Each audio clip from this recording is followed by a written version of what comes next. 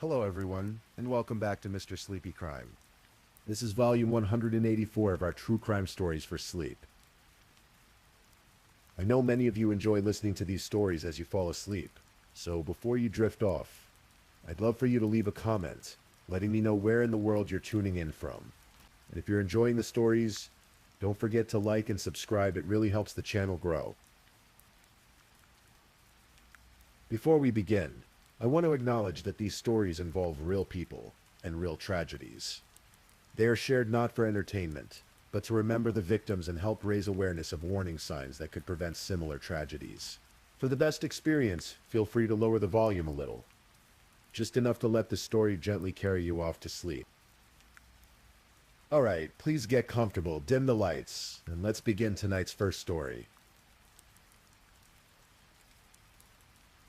Let me tell you a story tonight. It's one of those cases that stays with you, not because of the horror, though there's plenty of that, but because of the profound sadness at its heart. This is a story about hope and faith, about people who believed in second chances, and about how sometimes, no matter how much love you give, it isn't enough. This is the story of Robbie and Jennifer Tower, the son they brought home from halfway across the world. Take a deep breath, relax, and let's begin.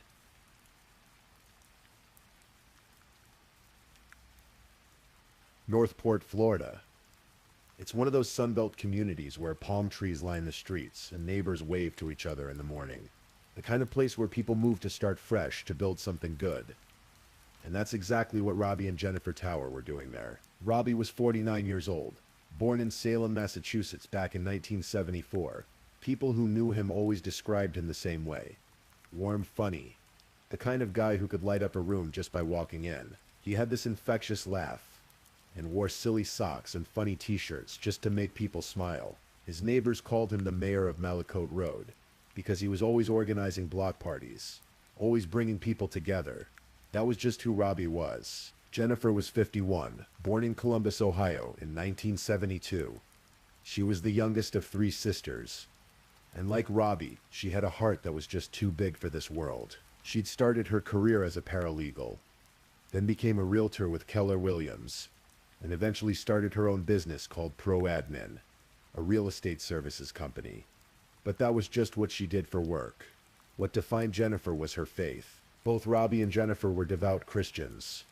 Not the kind who just showed up on Sundays, but the kind who lived it. Jennifer taught Sunday school. Robbie was leading a church building project when he died. They went on missionary trips. They served their community. They dropped everything to help people in need. Their church family at New Day Christian Church knew them as people who walked the walk. The thing about Robbie and Jennifer was that they couldn't have children of their own.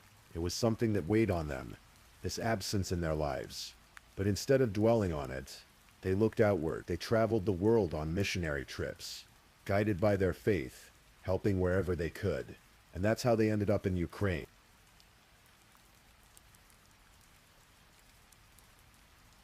Let's talk about Dima for a moment.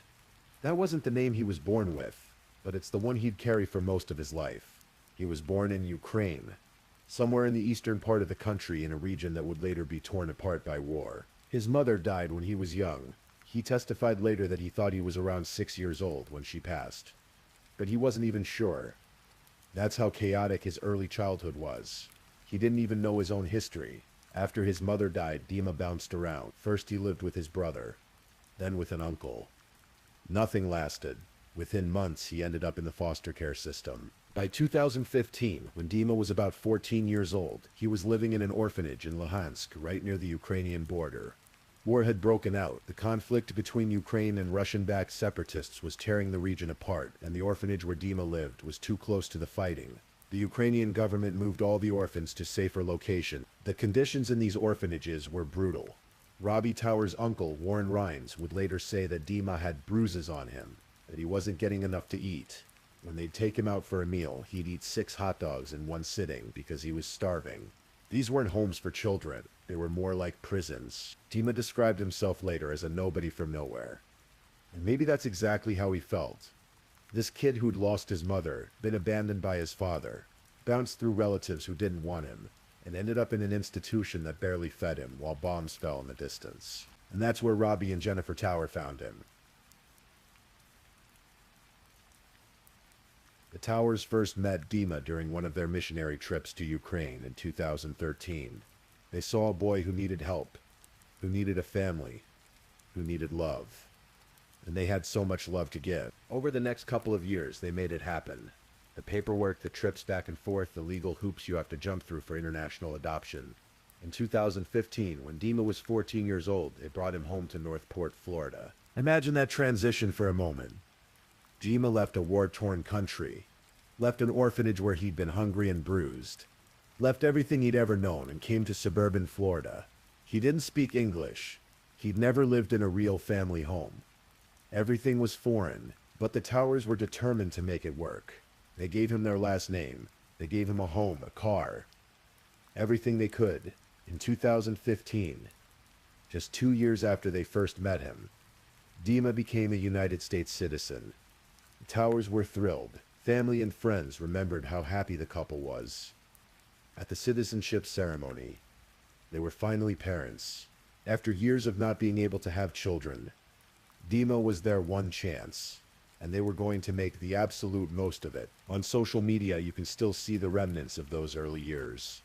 Photos of the family playing board games together. Posts about Dima's first hurricane experience, where Robbie joked about how cool and calm Dima was, sitting there eating cheese balls with a big smile. Pictures of Jennifer cutting both Robbie's and Dima's hair at home.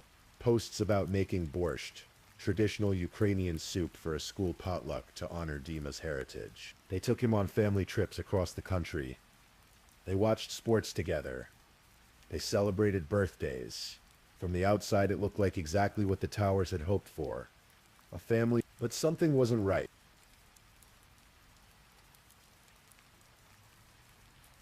It started small. Behavioral issues at school. Dima would get into fights. A former classmate would later describe him as a creep who would hang out in the woods, someone who made other kids uncomfortable on the school bus. By 10th grade, Dima dropped out of high school. He later admitted he didn't get along with Robbie. Jennifer at some point had told Dima that Robbie hadn't wanted to adopt him at all. Whether that was true or just something said in anger during an argument, we don't know. But imagine how that would land for a teenager who'd already been abandoned by his biological parents, who already felt like nobody wanted him. The domestic incidents started piling up. Records show that police were called to the Tower home multiple times starting in 2018. Estadame had pushed Jennifer. There were threats. Things got so bad that Robbie started sleeping with his bedroom door locked because he was afraid of his own son. Then, around 2020, there was a serious incident. Dima attacked Robbie and left him with a black eye. It was bad enough that Robbie actually called the police this time. Dima was arrested for domestic violence. The charges were eventually dropped or not prosecuted, but the damage was done. After that incident, the Towers sent Dima to live with relatives on Jennifer's side of the family. Maybe they thought distance would help. Maybe they needed a break. Maybe they hoped it would shock Dima into realizing what he was losing. But here's the thing about Robbie and Jennifer Tower. They forgave him. They loved him. Even after the violence. Even after the black eye. Even after all of it, they asked him to come back home. Because that's who they were. They believed in second chances. They believed in the power of love and faith to transform people. Dima moved out. Came back. Left again. Came back again. It became a pattern. And through it all, the Towers kept supporting him. They were draining their savings. They were taking out loan. All to help this young man they'd rescued from an orphanage. This son they'd chosen. This boy they'd given their last name to. Their family and friends watched with growing concern. Some of them could see where this was heading, but Robbie and Jennifer held on to hope.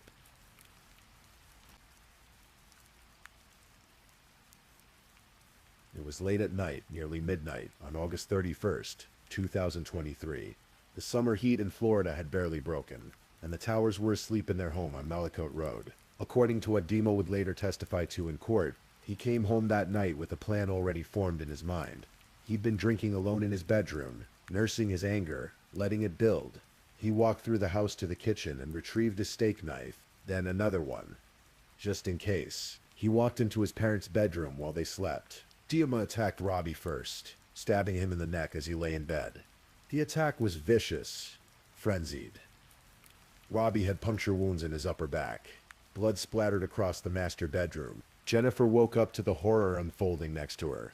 She ran. She managed to get out of the house and made it to a neighbor's door, pounding on it, screaming for help. The neighbor heard the screaming, heard someone banging frantically on the door, but by the time they opened it, Jennifer was gone. Because Dima had followed her, he forced Jennifer back to their home. In his later testimony, he said he made her sit down on the living room couch. And then, before he killed her, he told her what he'd done to Robbie. He gave her a monologue explaining himself. Then he stabbed Jennifer 38 times in the neck. Blood was everywhere. The medical examiner would later determine that between the two of them, Dima had stabbed his parents at least 140 times. The crime scene was devastating.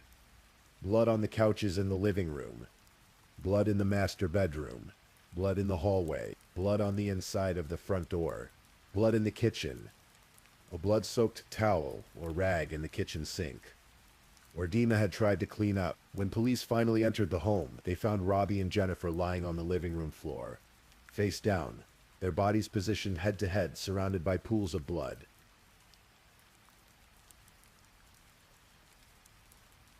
When police first responded to the neighbor's 911 call about someone screaming for help and the blood spatters on the ground, they arrived to find Dima Tower outside the house, covered in blood, closing the trunk of his car.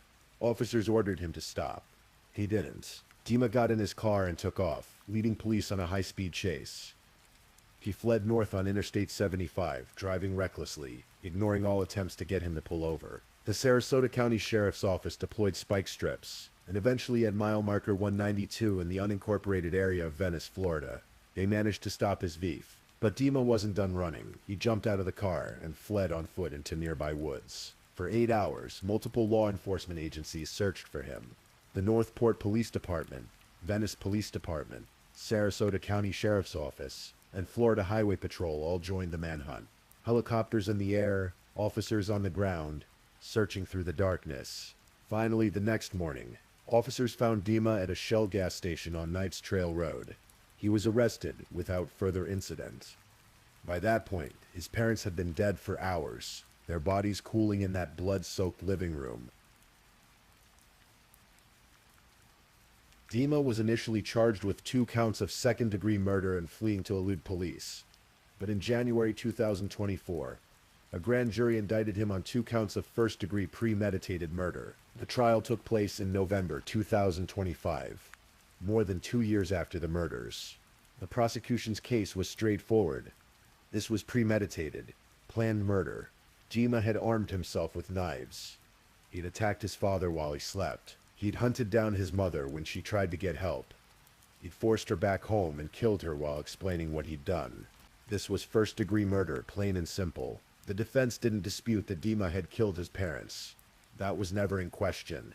Instead, they asked the jury to consider a manslaughter conviction rather than murder. They painted a picture of Dima's troubled childhood. The dead mother, the alcoholic father who abandoned him, the brutal orphanage, the trauma of being transplanted to a completely foreign country at 14. They argued he was temporarily insane at the time of the killings, that he wasn't capable of the rational, conscious intent required for premeditated murder. During opening statements, Dima broke down crying in court as his attorney described his difficult upbringing. The judge had to call for a break, but then Dima took the stand in his own defense, and everything changed.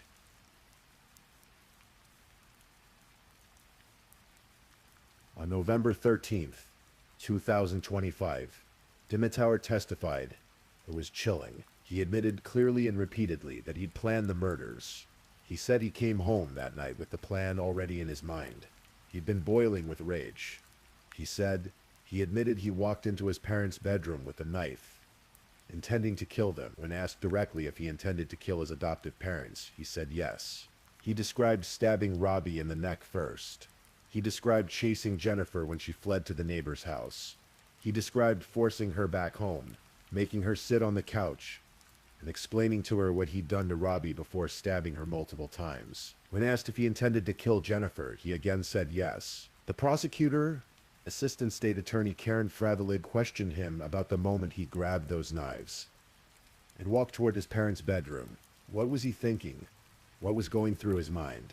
Dima struggled to answer, but the picture was clear. This wasn't a moment of temporary insanity. This was deliberate, conscious, plan. Dima claimed multiple times on the stand that he was temporarily insane, but his own words contradicted that defense. He admitted premeditation. He admitted intent. He admitted grabbing a second knife when he lost the first one. He admitted continuing the attack across multiple rooms over an extended period. DNA evidence confirmed blood from Robbie Tower on one of the knives. Dima's DNA was on the handle of the second knife. Crime scene technicians described the trail of blood stretching from the master bedroom into the kitchen and living room. The medical examiner detailed the horrific number of stab wounds. A neighbor testified about Jennifer pounding on her door, screaming for help in her final moments. The case was overwhelming. Closing arguments focused on one key question. Did Dima Tower have the rational, conscious intent to commit murder before he did it? The defense argued that Dima's traumatic background, his abandonment, his difficult upbringing, meant he wasn't capable of the kind of premeditation required for first-degree murder. They asked the jury to find him guilty of manslaughter instead, but the prosecution focused on Dima's own testimony. He admitted planning it. He admitted arming himself. He admitted attacking his father while he slept. He admitted hunting down his mother. He admitted grabbing a second knife. He admitted the monologue to his mother before killing her. Every single action showed planning, showed intent, showed premeditation. Assistant State Attorney Furvillid was blunt. Hold him accountable for what he did. You may not have sympathy enter into your deliberations. I'm asking you to hold the defendant accountable for what he did. I'm asking you to find him guilty of killing Robbie Tower and Jennifer Tower after premeditation. The jury deliberated. They reviewed the evidence, the blood spatter analysis, the DNA, the neighbor's testimony, the medical examiner's findings, and most importantly, Dima's own confession from the stand. On November 15th, 2025, the jury reached their verdict. Guilty on 2 counts of first-degree premeditated murder. Guilty of fleeing to elude law enforcement. After the verdict, before sentencing, the court heard victim impact statements.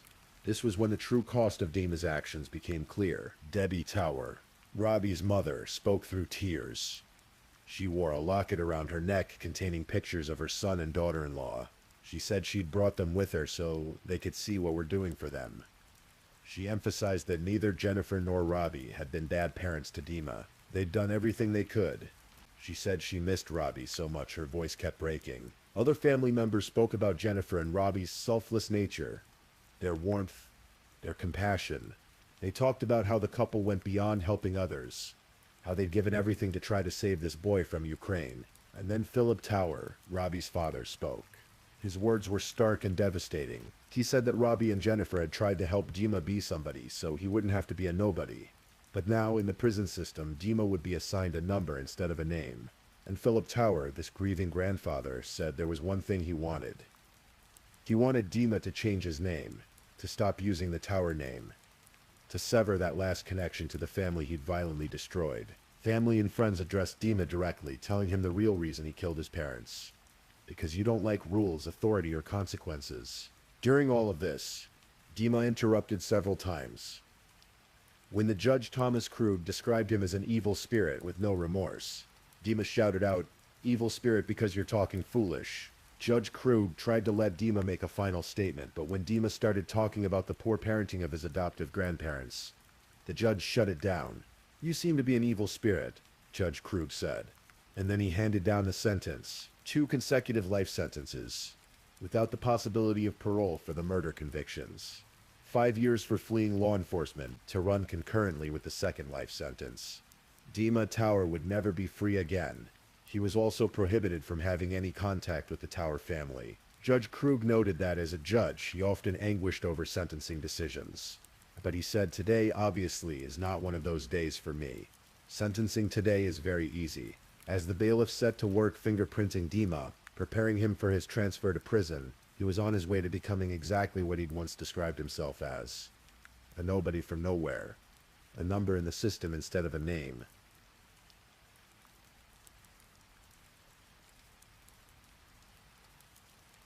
So what do we take from this story? What does it mean? There's no easy answer here. No simple moral. Robbie and Jennifer Tower did everything right.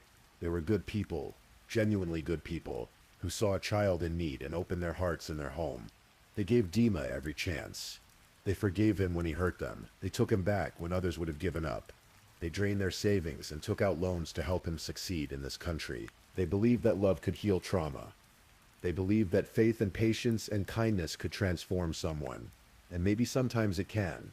But in this case, it couldn't. Was Dima's childhood trauma an excuse? Of course not. Plenty of people suffer terrible childhoods and don't become killers. The defense tried to argue temporary insanity, but Dima's own testimony proved it was premeditated. He made choices. Conscious, deliberate choices. But was his trauma a factor? Probably. A boy who loses his mother at 6, gets abandoned by his alcoholic father, bounces through relatives who don't want him, ends up starving and bruised in an orphanage during a war. That leaves scars. Deep ones. The kind that don't heal just because someone gives you a better life later. The saddest part is that the Towers knew about those scars. They saw them, and they tried so hard to heal them. They tried to give Dima what he'd never had: stability, love, a real family, a chance to be somebody instead of nobody. They tried for years, through the fights at school, through the violence at home, through the black eye and the police calls. They kept trying, and on August 31st, 2023, Dima Tower repaid that love and faith by stabbing them 140 times and leaving them head-to-head in a pool of blood on their living room floor. There's something particularly cruel about that. The people who tried hardest to help him, the only people who ever truly wanted him, were the ones he destroyed. The house on Malakote Road in Northport is still there. A different family probably lives there now. The blood has been cleaned up, the repairs made. Life goes on in that neighborhood, in that community, but Robbie and Jennifer Tower are gone. The church building project Robbie was leading had to be finished by someone else. The Sunday school classes Jennifer taught had to find a new teacher. The missionary trips they took together won't happen again. All those acts of service, all that love they brought into the world. It just stopped, ended in violence in the middle of the night. Dima Tower is 24 years old. He'll spend the rest of his life in prison. No possibility of parole. Every day for the next 40, 50, maybe 60 years. He'll wake up in a cell, eat institutional food, follow rules, be a number instead of a name. Did he get justice? Yes. The legal system worked. He confessed, was convicted, and will never hurt anyone else. Did he get what he deserved? That's a harder question. Some would say life in prison isn't enough for what he did. Others might say that spending decades in prison, having to live with what he's done, might be worse than a quicker end. But here's what we know for certain. Robbie and Jennifer Tower deserved better. They deserved to grow old together. They deserved to see their faith and hard work pay off. They deserved to be grandparents someday, to lead more mission trips, to throw more block parties on Malakote Road, to make more people smile. They gave everything to save one boy from Ukraine, and that boy took everything from them. May Robbie and Jennifer Tower rest in peace. If this is your first time listening to one of our true crime stories, welcome to Mr. Sleepy Crime, where we explore these cases in a calm and respectful way. I also want to take a moment to appreciate my amazing subscribers who've been rocking with me. Thank you so much for your continued support. If you're still awake and listening, don't forget to drop a comment. Let me know where you're tuning in from and the current time in your corner of the world. Or just say something to let me know you're still here. And if you haven't already, be sure to like this video and subscribe so you don't miss our next true crime stories for sleep. Now let's move on to our second story.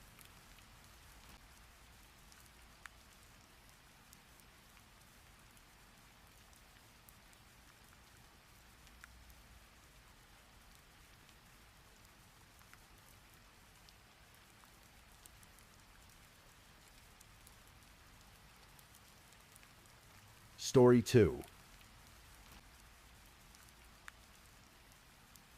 Tonight, I'm going to tell you about a case that took place in a small town in upstate New York. It's a story about love, family, and how things can go terribly wrong when people refuse to let go.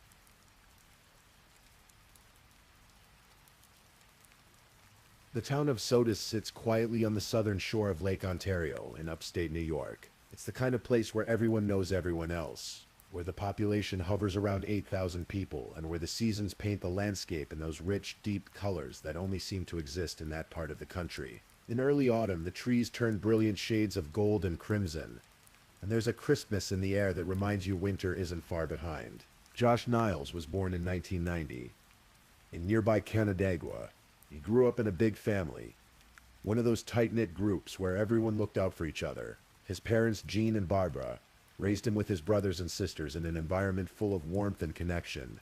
Josh was the kind of person who worked with his hands, who understood machinery and engines, who could fix a lawnmower or a snowblower without breaking a sweat.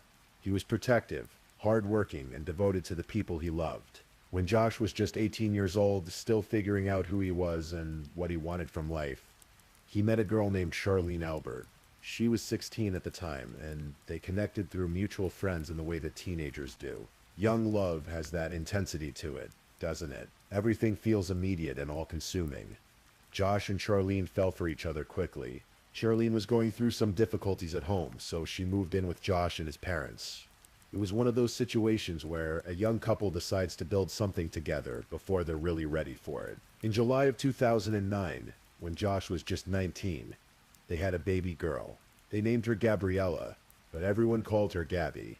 The young couple moved into a place of their own, trying to create the life they imagined. A couple of years later, they had a son.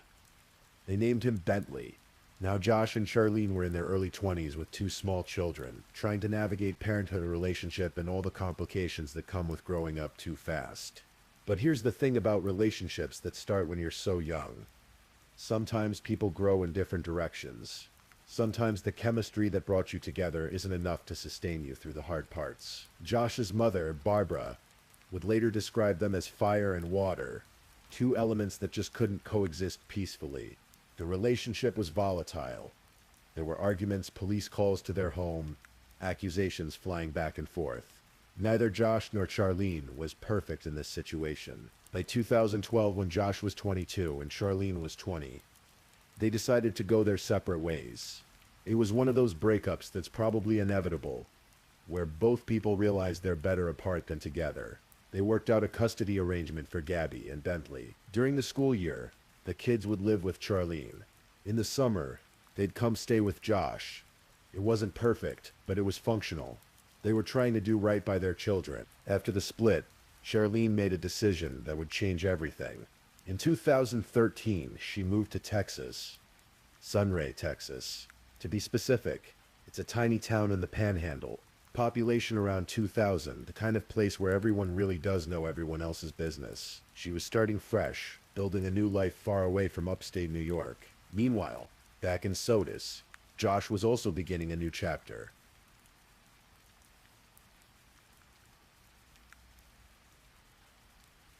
Her name was Amber Washburn, and she was born in July of 1994. Like Josh, she was born right there in Sodus. Her parents were Christopher and Marcia Washburn, and they raised Amber with her sister Angeline in that same close community. Amber attended Newark High School, and by all accounts she was the kind of person who brought light into a room. She was kind, caring, gentle. She worked as a professional baker, creating beautiful cakes and pastries. In her free time she loved gardening, watching things grow and bloom under her care. Josh and Amber met in 2013, not long after his split with Charlene. There's something about finding someone after a difficult relationship ends, isn't there? You understand yourself better. You know what you need. Josh and Amber connected in that deeper way, a way that comes from maturity and understanding. They fell in love. In 2014, Amber gave birth to their son. They named him Josh Jr., carrying on the family name. But early on, they noticed something. Josh Jr. wasn't developing quite like other children his age. He wasn't speaking. Eventually, he was diagnosed with autism. Josh Jr. was nonverbal, which meant he couldn't communicate through words the way most children do. But Josh and Amber didn't let this challenge define their family or slow them down. They learned to understand their son in other ways, to read his needs and support him with patience and love. During the summers when Gabby and Bentley came up from Texas to stay with their father, Amber welcomed them with open arms. She didn't see them as someone else's children. She saw them as part of the family she was building with Josh. The kids called her a second mom. She attended their school events when they visited, helped with homework, cooked meals, tucked them in at night. She loved them as her own, and they loved her back. By 2018, Josh and Amber were building something real and lasting. Josh had started his own landscaping business, Niles Landscaping, and it was going well. They'd managed to buy a house together on Carlton Street in Sodus. Number 29 Carlton Street, to be exact. It was their own place, a home where they could raise their children and build their future. They talked about getting married, making it official. Everything was moving in the right direction, but there was a complication brewing in Texas.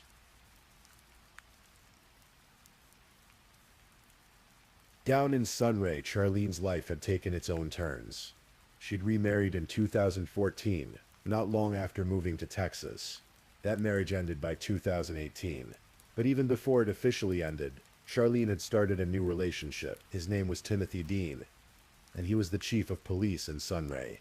Tim Dean wasn't from Texas originally. He'd worked his way through law enforcement, moving up the ranks, and had recently taken the position as police chief in this small Texas town. When he met Charlene, they were both married to other people. Charlene was working as an animal control officer for the Dumas Police Department, about 20 miles from Sunray. They met in 2016 through work connections. Whatever started between them, it was intense enough that both of them left their previous marriages. Charlene filed for divorce from her second husband, and she and Tim were married about a month later. They were blending families, both bringing children from previous relationships into this new union. Tim had a daughter from his previous marriage, a little 3-year-old girl. For a while, things seemed stable.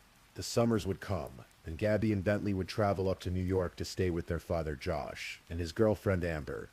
Then they'd return to Texas for the school year, living with their mother Charlene and their stepfather Tim. It was a routine. It worked. Until May of 2018, something happened that month that would unravel everything. There was an incident, one that was captured on video. Tim Dean was recorded striking his 3-year-old daughter in the face. When this video came to light, Child Protective Services got involved. The consequences were swift. Tim lost custody of his daughter, who went to live with her mother in a nearby Texas town. But the ripples didn't stop there. When Josh heard about this incident involving Tim Dean, he made a decision. If Tim Dean was capable of hitting a 3-year-old child, Josh didn't want his own children living in that environment. He filed for full custody of Gabby and Bentley, and the court agreed with him. In the summer of 2018, Gabby and Bentley came up to Sodus, as usual, but this time they weren't going back. Josh and Amber prepared the house for them to stay permanently. They enrolled them in the local schools. In September, Josh stood in that very driveway on Carlton Street, proud as anything, watching his children wait for the school bus on their first day at their new school. There's a photo from that morning. Josh is smiling. The kids are wearing their backpacks. Everything looked hopeful, but Charlene was furious. Losing custody of your children would devastate most parents. And Charlene was no exception. She'd lost her son from her second marriage too, as the custody decisions cascaded through the family court system. But Gabby and Bentley, her children with Josh, that loss hit particularly hard. She made trips up to Sodus, trying to convince Josh to change his mind, to send the kids back to her. She even offered to divorce Tim Dean if that would help her case, if that would prove she was serious about creating a safe environment. But the judge had made the decision. The children would stay with Josh and Amber. According to what would come out later, Charlene told people she felt depressed, sad, angry. She couldn't handle being separated from her children. She needed them back. And at some point in the darkness of that desperation, an idea took root. In Texas, Charlene and Tim started talking. They started planning. Tim had a friend, another police officer named Braun Bolar. The three of them would meet in Tim Dean's garage, and they would discuss something unthinkable. They talked about driving to New York. They talked about guns. They talked about Josh. Tim Dean was no longer the police chief. By this point, he'd lost that position after the child abuse charges, but he still had access to police equipment. He obtained a 9mm handgun. They discussed what kind of gun would be best for what they were planning. They talked about how it would happen. Charlene would later admit that she told Tim the murder needed to happen. She couldn't take it anymore, she said. Being away from her children was unbearable, and Tim, whether out of love for Charlene or some twisted sense of duty or his own anger at losing his position and his reputation, agreed to do it. In mid-October, they put their plan into motion.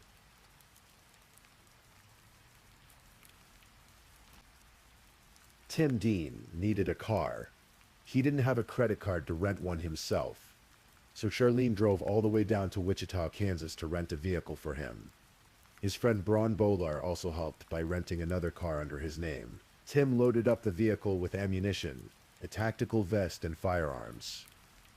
He prepared like someone going to war. The drive from Sunray, Texas to Sodus, New York is approximately 1,400 miles.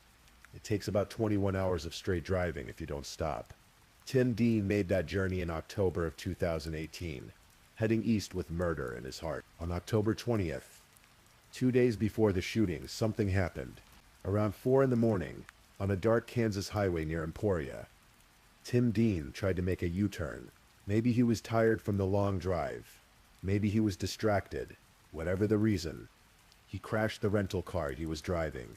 A sheriff's deputy named Corey Nicolette responded to the scene. His body camera captured the entire interaction, and that footage would later become crucial evidence. Tim told the deputy he'd just been driving around. When the deputy asked where he was headed, Tim said he was going through a divorce, and that he was on his way to New York. He also mentioned he had firearms in the vehicle, but assured the deputy they were legally permitted. The deputy helped him get the car situation sorted out, and sent him on his way. Tim continued toward New York. By the morning of October 22nd, Tim Dean was in Sodus.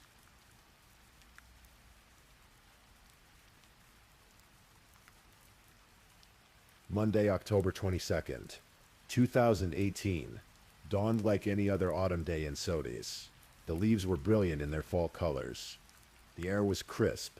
It was the kind of day where you might wear a light jacket in the morning and a t-shirt by afternoon. Josh Niles was at home at 29 Carlton Street. Amber had gone out to run an errand. Their 4-year-old son, Josh Jr., was with her, strapped safely in his car seat. Josh's 2 older children, Gabby and Bentley, were at school. Around 7 in the morning, surveillance footage would later show a figure walking around the neighborhood. A man in dark clothing, a hoodie pulled up. He seemed to be scouting, looking around, getting familiar with the area. That afternoon, Josh was outside his house. He had a truck parked in the driveway, and he was standing next to it, probably doing one of those small maintenance tasks that always need doing around a house. The neighborhood was quiet, peaceful. Then a man approached. Josh's neighbor, Tiffany Thayer, lived right next door at 27 Carlton Street. She was in her kitchen that afternoon, reaching into a cupboard to get a snack for her child. Her kitchen window faced the Niles house. She glanced out and saw Josh standing by his truck, and there was a man in a dark hoodie talking to him. Even from her window, she could tell Josh looked upset. The body language was wrong. This wasn't a friendly conversation. At that moment, Amber pulled into the driveway in her car. Josh Jr. was in the back seat.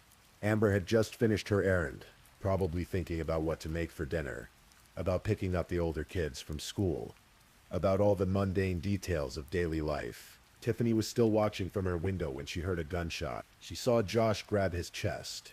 Everything that happened next unfolded in seconds, but it would replay in Tiffany's mind for the rest of her life. Amber must have seen what was happening because she threw her car into reverse. She was trying to get away, trying to save herself and her son. But the man in the hoodie turned toward her vehicle. He fired once. The bullet struck Amber in the head. She slumped over the steering wheel. Her car, now driverless, continued rolling backward across the street, finally coming to a stop when it gently bumped into a neighbor's driveway. Tiffany reacted instinctively. She grabbed her own child and jumped on top of them, shielding them with her body. From her position on the floor, she heard more gunshots. Several more. The sound of them echoed through the quiet neighborhood. After about 30 seconds of silence, she carefully looked out the window again. The man in the hoodie was running away, and Josh, who had tried to crawl under his truck to escape, wasn't moving anymore.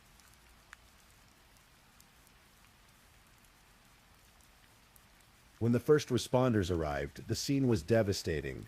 Sergeant Matt Carr from the Wayne County Sheriff's Office was one of the first on scene. He would later describe it as probably one of the worst things he'd ever seen. Josh Niles had been shot 9 or 10 times. 13 shell casings were scattered around the driveway. The shooter had emptied his weapon into Josh, continuing to fire even after Josh had tried to hide beneath his truck. Amber Washburn had been shot once, a single bullet to the head. She died almost instantly. And in the back seat of Amber's car, still strapped into his car seat, was 4-year-old Josh Jr. Sergeant Carr would never forget the image of that little boy, sitting there holding a 4-piece box of chicken McNuggets from McDonald's. Josh Jr. was physically unharmed, but he had witnessed his parents' murders. And because he was nonverbal, he couldn't tell anyone what he'd seen or what he understood of what had happened. The neighborhood erupted in activity. Police officers flooded the area. Deputy Nick Yates brought his canine dog Norris to track the shooter. The dog picked up a scent and followed it down Carlton Street toward Elmwood Avenue, then to Newark Street. At one point, Norris found a black balaclava, a ski mask, lying on the ground.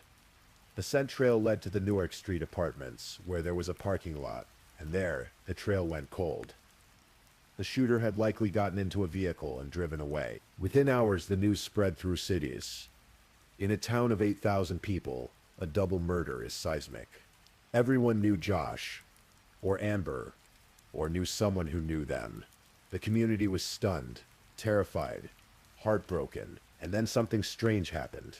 That same day, while investigators were still processing the crime scene, Charlene Childers called Josh's mother, Barbara. Charlene said she'd seen news footage of the shooting on social media.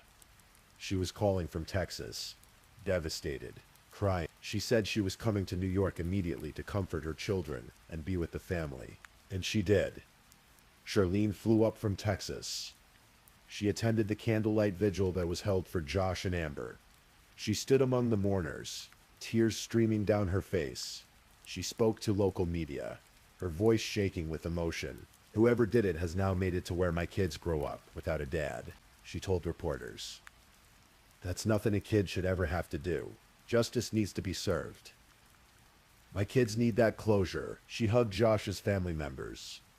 She held Josh and Amber's baby, the newborn that Josh's sister Nicole had recently given birth to. A child that Josh himself would never get to meet. She played the role of the grieving ex-girlfriend, the heartbroken mother, perfectly, but investigators were already starting to connect the pieces.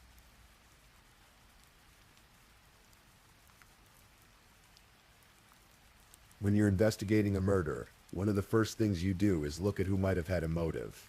And in Josh's case, the most obvious place to start was the custody dispute. Josh had recently won full custody of his children in a contentious battle. Charlene had been vocal about her anger over that decision, so naturally she became a person of interest. But she had what seemed like a solid alibi. She was in Texas when the murders happened. Multiple people could confirm that. So investigators started looking at who Charlene was connected to, who she might have influenced or convinced to act on her behalf. That's when Timothy Dean's name came up. Investigators discovered that Tim had missed several shifts at his new job around the time of the murders. That was unusual. They pulled phone records and found something interesting. Just days before the shooting, Tim Dean had called 911 from Emporia, Kansas. They obtained the body camera footage from Deputy Corey Nicolit's traffic stop. There was Tim Dean in the middle of Kansas at 4 in the morning, in a rental car, with firearms, telling the deputy he was going through a divorce and heading to New York. The rental car records led them to Braun Bolar, the police officer who had rented one of the vehicles. When investigators questioned him, Bolar initially tried to cover for his friend, but as the pressure mounted, he eventually broke down and confessed. He admitted that he'd been present when Tim and Charlene discussed the murder plan in Tim's garage. He'd helped rent the car, knowing what Tim intended to do with it. Surveillance footage from an auto repair shop near the crime scene showed Tim Dean on the morning of the murders, walking through the neighborhood. He was carrying a tub of ammunition and wearing a black tactical vest, and forensics found Tim's DNA on the black ski mask that had been discovered near the crime scene. The evidence was overwhelming. Authorities in Texas coordinated with the Wayne County Sheriff's Office to arrest Timothy Dean. It wasn't a simple arrest. Dean was a former police chief. He knew tactics. They conducted what they called a high-risk arrest at his home in Sunray. Officers surrounded the house. After about an hour of negotiation and one flashbang grenade thrown inside, Tim Dean surrendered. He was charged with first-degree murder, second-degree murder, criminal possession of a weapon, and conspiracy. Charlene Childers was arrested and charged with conspiracy to commit murder. Ron Bolar was charged with second-degree conspiracy, but here's where the story takes another dark turn.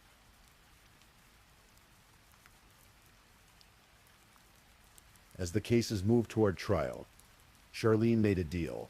She agreed to testify against Tim Dean in exchange for a reduced sentence. Her charge was downgraded from second-degree murder to first-degree manslaughter.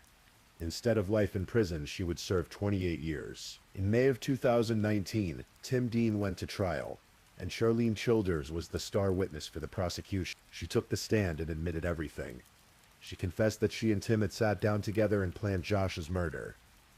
They discussed what type of gun to use, how to do it, when to do it. She said she told Tim the murder needed to happen, that she couldn't deal with the depression and sadness of being away from her children anymore. She claimed that Amber was never supposed to be part of the plan. Amber was just in the wrong place at the wrong time. But of course, once Amber saw Tim shooting Josh, she became a witness who couldn't be allowed to survive. Josh's family sat in the courtroom and watched Charlene testify. Barbara Niles, Josh's mother, told reporters later that Charlene often smiled when she walked into the courtroom. Barbara admitted that sometimes she wanted to knock her teeth in. The casual cruelty of it, the performance of grief at the vigil followed by this smiling demeanor at trial, was almost too much to bear. Tim Dean's defense attorney tried to paint Charlene as the real mastermind, someone who had manipulated Tim into committing murder. And there was some truth to that. But Tim was the one who made the 1,400-mile drive. He was the one who pulled the trigger. He was the one who shot Josh 9 or 10 times, and then shot Amber in the head. The jury found Timothy Dean guilty on all counts. He was sentenced to life in prison without the possibility of parole. He's currently incarcerated at Clinton Correctional Facility in Dannemora, New York. He has never admitted guilt. In June of 2019, Charlene Childers was sentenced. The courtroom was packed with family members who wanted to speak. Josh's mother, Barbara, addressed Charlene directly. "You were a member of our family for a long time," she said, her voice thick with emotion. "Now these poor kids have no parents at all. I prayed every day when you would sit in our home that you had nothing to do with this. You've ruined a lot of lives." Josh's sister, Nicole Dunkel, spoke next. She reminded Charlene that she'd been at the vigil and the funeral, hugging family members, holding Nicole's newborn baby, all while knowing she was the reason Josh and Amber were dead. "I wish New York had the death penalty," Nicole said, "because you and your husband should be on it." Amber's uncle read a letter on behalf of her family. He called Amber a kind and caring person. "The senselessness of what you planned has left our family with an emptiness that will never go away," he read. When it was Charlene's turn to speak, she said she was sorry. She said she was a human being who made mistakes, and this was the biggest mistake she'd ever made. She expressed remorse. But Dennis Murphy, the Datline reporter who covered the case extensively, wasn't convinced. He said that Charlene's lack of empathy was something he'd never forget. He called her perhaps the most villainous killer he'd encountered in all his years of covering true crime. The judge sentenced her to 28 years. She'll be eligible for parole when she's 49 years old. She's currently incarcerated at Bedford Hills Correctional Facility for Women in New York. Ron Bolar, the police officer who helped rent the car, pleaded guilty to second-degree conspiracy. He was sentenced to 1 to 3 years in prison. He was released on parole in November of 2020.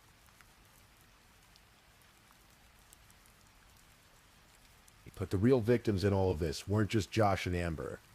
They were the children. Josh Jr., who was 4 years old and nonverbal, witnessed his parents' murders while sitting in the back seat of a car, holding his McDonald's chicken nuggets.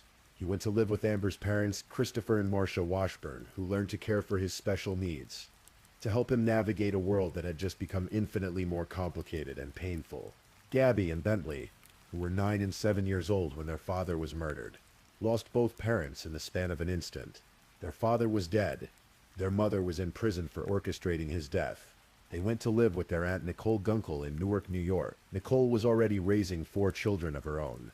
She suddenly had 6 children to care for. She set up a GoFundMe to help with expenses, to buy a bigger vehicle so she could take all the kids on family trips, to replace things the children had left behind in Texas. "I thought it was a bad dream," Nicole said after the murders. "It couldn't be my brother and Amber. It broke my heart. It's my little brother. I'm supposed to go before him." He was 28 years old. Josh was 28. Amber was 24. They had their whole lives ahead of them. They just bought a house. They were planning to get married. Josh's landscaping business was growing. They were raising 3 children who needed them, and in a matter of seconds, because of jealousy and rage, and a twisted sense of entitlement to those children, it all ended.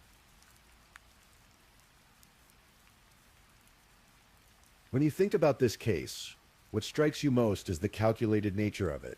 This wasn't a crime of passion, an argument that got out of hand. This was planned. Charlene and Tim sat in his garage and mapped it out. They discussed weapons, they arranged rental cars. Tim drove nearly 1,500 miles with a trunk full of ammunition and tactical gear. He surveyed the neighborhood that morning, and then he waited. And when Josh came outside to his own driveway, to his own home, the place where he should have been safe, Tim Dean executed him. And when Amber happened to arrive at that moment, Tim executed her too, right in front of their 4-year-old son. The judge at Charlene's sentencing said something that stuck with a lot of people. He said that Timothy Dean was Charlene's puppet, that he would have done whatever she said and that she could have stopped it at any point. She could have said no. She could have accepted the court's custody decision and worked within the system to regain visitation rights. She could have focused on creating a stable life that would demonstrate to a judge that she deserved more time with her children. But instead, she chose murder.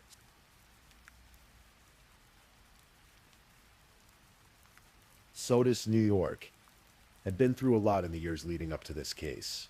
In spring of 2017, the town suffered severe flooding damage. In November of that same year, a 17-year-old girl from Sodus was stabbed to death by her 19-year-old ex-boyfriend. A month later, another 17-year-old boy from Sodus was stabbed to death by 2 other teens in a nearby village. In the spring of 2018, 18-year-old Selena Hidalgo Calderon was found dead on a farm in town. Her 1-year-old son had been missing since her disappearance, and his remains were found on the same farm in October. The community was reeling from tragedy after tragedy, and then in October of 2018, Josh and Amber were murdered in broad daylight in their driveway. For a town of 8,000 people, it was almost incomprehensible. That level of violence, that degree of tragedy, it leaves a mark on a place.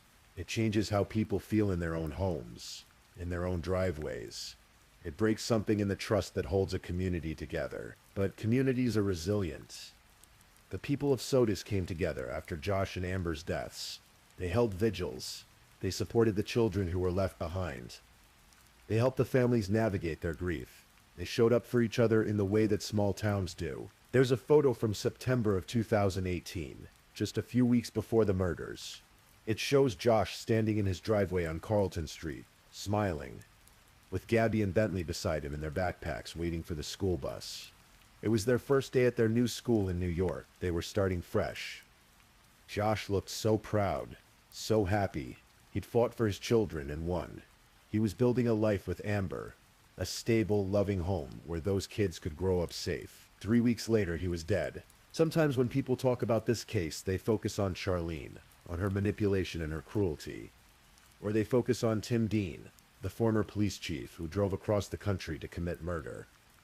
Those are the villains of the story, and rightfully so. But really, this story is about Josh and Amber. Josh, who loved working outdoors, who could fix anything mechanical, who cooked elaborate meals, who fought for custody of his children because he wanted to protect them, who stood in his driveway on a Monday afternoon and never imagined he'd be dead within minutes. And Amber, the baker, who made beautiful cakes, who loved gardening and watching things grow, who welcomed Gabby and Bentley into her life and heart without hesitation, who pulled into her driveway thinking about the ordinary details of an ordinary day and instead drove straight into a nightmare. They were 28 and 24 years old.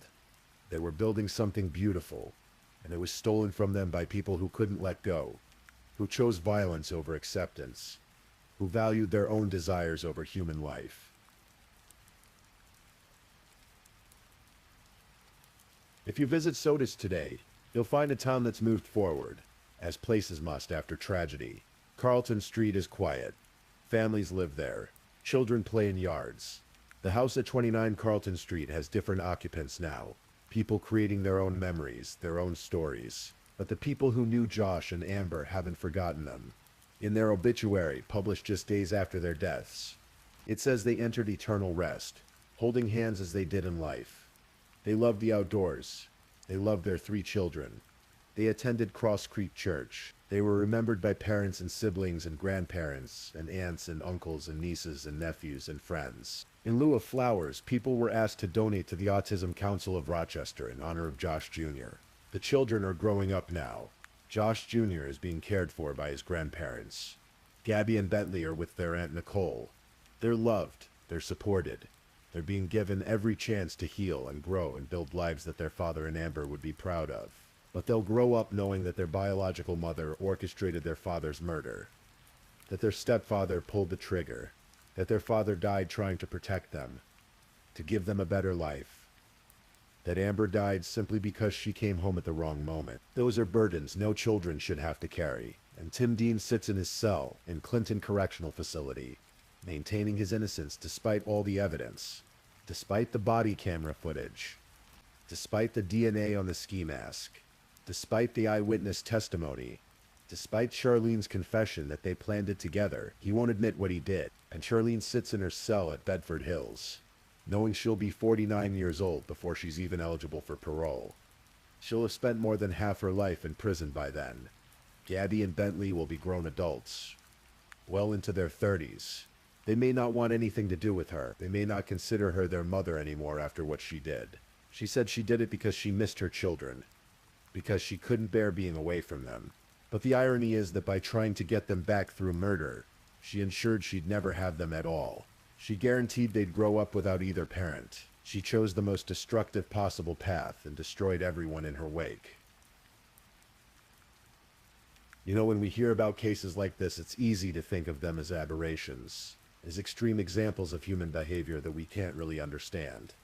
And in some ways, that's true. Most people could never plan and execute a murder, no matter how desperate or angry they felt. But underneath this extreme act, there's something more common and more human. It's about control.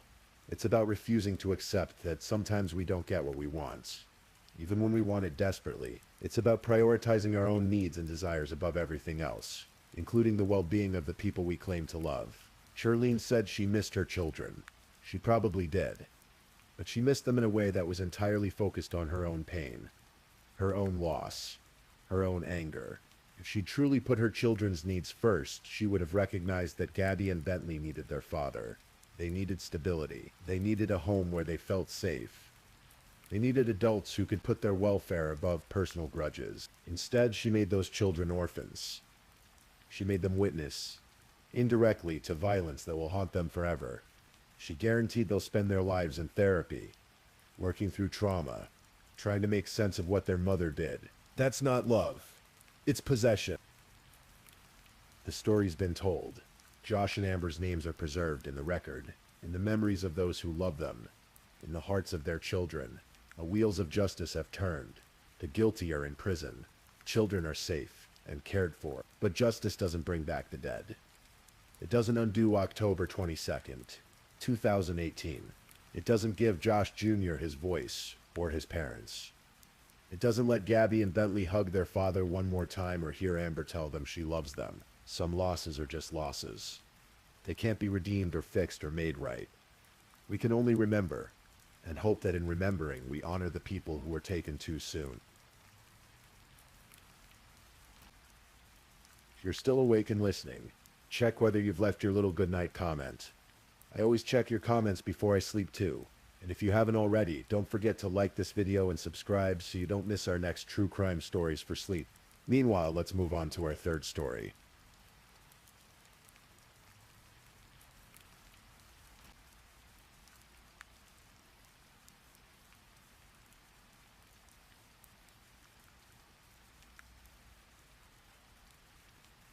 Story 3.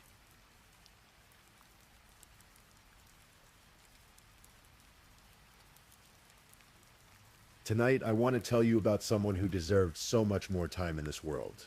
Her name was Alex Penny, and her story is one of those cases that makes you think about the people we trust, the secrets we keep, and how sometimes the smallest piece of evidence can reveal the truth. This isn't a story with jump scares or shocking twists that'll keep you awake. It's just the truth, told slowly, about a young woman whose life ended far too soon, and the careful work that went into understanding what really happened that winter night in Minnesota. So, as we settle in, Let me tell you about Alex. Alexandra Lee Penning came into this world on December 27th, 1989, born to Jim and Mary Jo Penning. They called her Alex, and from the start, she was loved. She grew up in Minnesota with her sisters Brittany and Brady, surrounded by grandparents who adored her, and a family that celebrated every moment together. If you'd met Alex in high school, you might have seen her on the ice. She played hockey, and she was good at it. Her team won a state championship, and you can picture her there, strong and fast, hair flying as she moved across that frozen surface. Those were good years, but life isn't always a straight path, is it? After high school, Alex went to Montana State University, where she studied public health. Somewhere during those years, though, things got harder. Depression crept in, the kind that feels like a weight on your chest that you can't quite shake. Alex struggled. She battled addiction. At one point, she took a handful of pills and told her mother she wanted to end her life. It's hard to talk about, even now, but it's important because it's part of who Alex was. Someone who knew darkness but chose to fight it. Her family got her help. She went to rehab, and she got clean. And here's the beautiful part. That experience changed her. She'd been saved by nurses in a hospital, and it lit something inside her. She wanted to help people too. She wanted to be the person who stood between someone in their darkest moments. So Alex went back to school. She earned her licensed practical nursing degree from St. Paul College, then her registered nursing degree from Alexandria Technical and Community College. Throughout her career, she sought out the people who needed help most. The disadvantaged, the forgotten, the ones society often overlooks. By 2022, Alex was 32 years old and living in downtown St. Paul. She had a small apartment, 2 cats named Opie and Jax, and a heart that was still learning to trust again. She'd recently started dating someone new, a man named Shane Anderson. They'd only been together about 4 months, but Shane says they were already talking about their future. She made him love cats, even though he'd always been a dog person. Alex was doing well. She'd seen her family at Thanksgiving. Her mother had talked to her on the phone just hours before she died, and everything seemed fine. She was interviewing for new jobs, making plans to attend a wedding the following summer, arranging her rent payments. She was living her life. And then in the early morning hours of December 16th, 2022, everything stopped.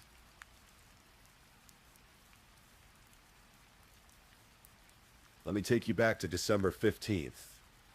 It's the kind of cold Minnesota winter day where the air bites at your face and darkness falls early. Matthew Ecker was getting ready for work that morning at his home in Fergus Falls, about 3 hours away from St. Paul. He was 45 years old, a nurse practitioner, married to a woman named Elizabeth, with 4 children, but Matthew had a secret. For the past 2 years, he'd been having an affair with Alex Penning. They'd met at a walk-in clinic where they both worked. What started as a friendship became something more. By Matthew's own description, it was an open relationship, though it's hard to know what that really meant to each of them. On that December day, Matthew says he got a frantic phone call from Alex around midday. She told him she'd gotten into a fight with Shane Anderson, her boyfriend. She said it had gotten physical and she was scared. Matthew made a decision. He grabbed his gun, he owned it legally, and drove the 3 hours to St. Paul. He said he wanted to protect her. He arrived at Alex's apartment around 2 in the afternoon. By all accounts, she was alone when he got there. They spent the afternoon together, just talking, the way old friends do. And then as evening fell, they decided to go out. They went bar hopping in downtown St. Paul. First one spot, then another, just drinking and catching up. The security cameras in these places captured them throughout the night. 2 people who seemed comfortable with each other, laughing, talking, and then at 12:30 in the morning, they walked into a place called Camp Bar. That's where things got complicated, because Shane Anderson was there, Alex's boyfriend. And according to the footage, Shane walked over to Alex and started talking to her. Matthew walked over too, and he tried to introduce himself, holding out his hand like he wanted to be friendly about the whole thing. But Shane punched him. The bar staff kicked Shane out. Matthew and Alex stayed for about another hour, drinking and chatting. On the surface, everything seemed fine, but something had shifted. At 2:05 in the morning, surveillance cameras caught Alex and Matthew walking through the lobby of her apartment building. They went up to her unit, but 19 minutes later, at 2:24, the cameras show them coming back down. Matthew said later he needed to get his headphones from his car. Alex came back first. The cameras show her in the vestibule, pacing, looking at her phone. She seems tense. 2 minutes later, Matthew returns, and together they walk through the lobby one final time. The timestamp reads 2:30 in the morning. It's the last time anyone would see Alex Penning alive. 20 minutes later, at 2:50 in the morning, Matthew Ecker called 911. She shot herself, he told the dispatcher. Alex shot herself in the head. Officers raced to the apartment building. Matthew met them in the lobby at 2:56, just 6 minutes after his call. He was crying, distressed, his body language that of someone in shock. The officers followed him upstairs. Inside the small studio apartment, they found Alex lying on her back in the bathroom doorway. Her legs were positioned on either side of the door. There was a single gunshot wound to her left temple, and blood. So much blood. The gun was resting on her left shoulder. Her left hand was on top of it. The officers noticed something immediately. Alex was right-handed, according to her family. Why would she shoot herself with her left hand? There were other things, too.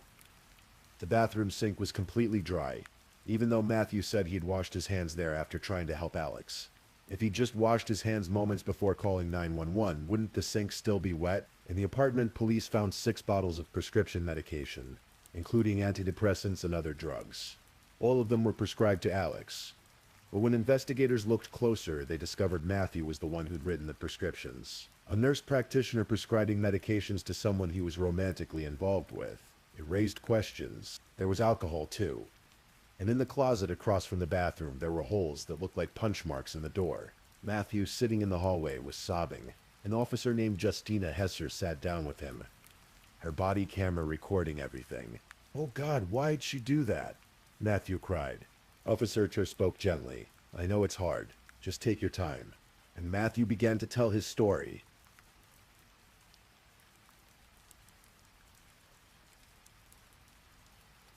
Matthew told the officers that Alex had called him earlier that day, frightened. He said her boyfriend Shane had been abusive, that there'd been a physical fight, and Alex was scared Shane might hurt her. That's why Matthew drove to St. Paul with his gun, to protect her. They'd spent the afternoon together, he said. Then they went out to bars. At Camp Bar, they ran into Shane, who confronted them and punched Matthew. But after Shane left, everything was fine between Matthew and Alex. They went back to the apartment, and they were laughing. No argument. No fight. But then, Matthew said, Alex grabbed his gun from his backpack. She took it and ran into the bathroom, locking the door behind her. The gun went off behind a closed door, Matthew insisted. I did not shoot her. He said he forced the door open and tried to help her. He said he tried to do CPR, put pressure on the wound, used his nursing skills to save her. Then he washed his hands and called 911. That was his story.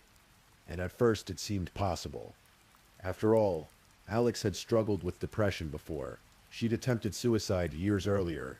The medications in her apartment, her history, it all seemed to fit. But Detectives Abby DeSanto and Jennifer O'Donnell had their doubts. For one thing, Matthew's hands were completely clean. No blood, no gunshot residue. If he'd tried to help Alex, if he'd put pressure on a head wound that was bleeding heavily, wouldn't there be some trace of blood? And that dry sink kept bothering them. They interviewed Matthew for hours that morning. He was interviewed around 6:30 and he stuck to his story. But small things kept changing. At first he said Alex grabbed the gun and ran. Then he said they'd argued about it. Then he said there was no argument at all. He said Alex held the gun with her left hand, even though she was right-handed. He said he washed his hands, but the sink was bone dry. He said he broke down the door after hearing the gunshot, but... Well, that's where the case really broke open. While detectives were interviewing Matthew, the forensic team was still processing the scene. They were being thorough, checking every corner of that small bathroom, documenting every detail. And then they needed to move Alex's body. When they did, one of the technicians saw something underneath her. A small round piece of metal, about the size of a quarter. It was shaped like a ring. They recognized it immediately. It was part of the lock from the bathroom door. Think about that for a moment. Matthew said Alex locked herself in the bathroom and shot herself. He said he heard the gunshot, then broke down the door to try to help her. That this piece of the lock was underneath Alex's body. For the detectives, it meant only one thing. The door had been forced open before Alex was shot, not after. Suddenly, Matthew's entire story crumbled. If the door was broken before the shooting, then Alex hadn't locked herself in and pulled the trigger. Instead, it seemed more likely that she'd tried to get away from Matthew, locked herself in the bathroom to protect herself. Matthew broke down the door. That's when the lockpiece fell to the floor. And then in that doorway, with her legs on either side of the frame, Alex was shot. The detectives had a new theory. Maybe Matthew and Alex had argued that night. Maybe she was angry. The surveillance footage from the lobby seemed to show tension between them. Maybe things escalated. Maybe she ran to the bathroom to get away from him, locked the door, and Matthew, in rage or panic or some terrible combination of the two, broke it down. And then he shot her. They found more pieces that supported this. When they talked to Shane Anderson, Alex's boyfriend, he was devastated. He told them that yes, he'd punched Matthew that night at the bar, but only because Matthew had stepped between him and Alex during what Shane thought was a private conversation. Shane said his relationship with Alex wasn't abusive. He said they were happy, making plans, and her death destroyed him. The prosecution would later argue that Matthew had a motive. Alex was planning a future with Shane. Maybe that bothered Matthew. Maybe he was jealous. Maybe he feared Alex would tell his wife Elizabeth about their affair, and his whole life would unravel. Matthew had been paying some of Alex's rent. He'd been prescribing her medications, including Adderall and anti-anxiety drugs. He was involved in her life in ways that went beyond friendship. And when she started building something real with someone else, maybe he couldn't handle it. Or maybe in that moment something else happened. A fight. An escalation. A terrible decision. We'll never know exactly what Matthew was thinking. He's never admitted to it. But that little piece of metal, that fragment of a lock that fell to the floor when the door was broken, and ended up beneath Alex's body, that told a story that Matthew's words couldn't hide. It took over a year for the case to go to trial. In February 2024, Matthew Ecker stood before a jury in Ramsey County. He was 46 years old by then, no longer living in Fergus Falls. His wife Elizabeth had learned about the affair and separated from him. His life had completely changed. The prosecution laid out their case carefully. They showed the jury that tiny metal ring. They explained the timeline minute by minute, using surveillance footage. They talked about the dry sink, the clean hands, the missing gunshot residue. They brought in the responding officers who said the scene didn't look like a suicide. The medical examiner had ruled Alex's manner of death as undetermined. They couldn't definitively say whether it was homicide or suicide based on the wounds alone. But the circumstantial evidence painted a picture. Matthew's defense attorney argued that Alex had been depressed, that she had a history of attempting suicide, that the prescription medications in her apartment showed she was struggling. They argued that Alex must have taken the gun herself, that the physical evidence was consistent with suicide, that there was no clear motive for Matthew to hurt her. There is no reason for Matthew Ecker to kill her, his attorney told the jury. Zero. There is no motive whatsoever. The jury deliberated for 9 hours. You can imagine those hours, the weight of them, the back and forth. 12 people trying to understand what happened in those 20 minutes between when Alex and Matthew went up to her apartment for the last time and when Matthew called 911. Finally, they reached a verdict. Guilty. Second-degree intentional murder, not premeditated. Alex's father, Jim, later said, "We wanted to believe he was guilty, but believing it and proving it are two different things."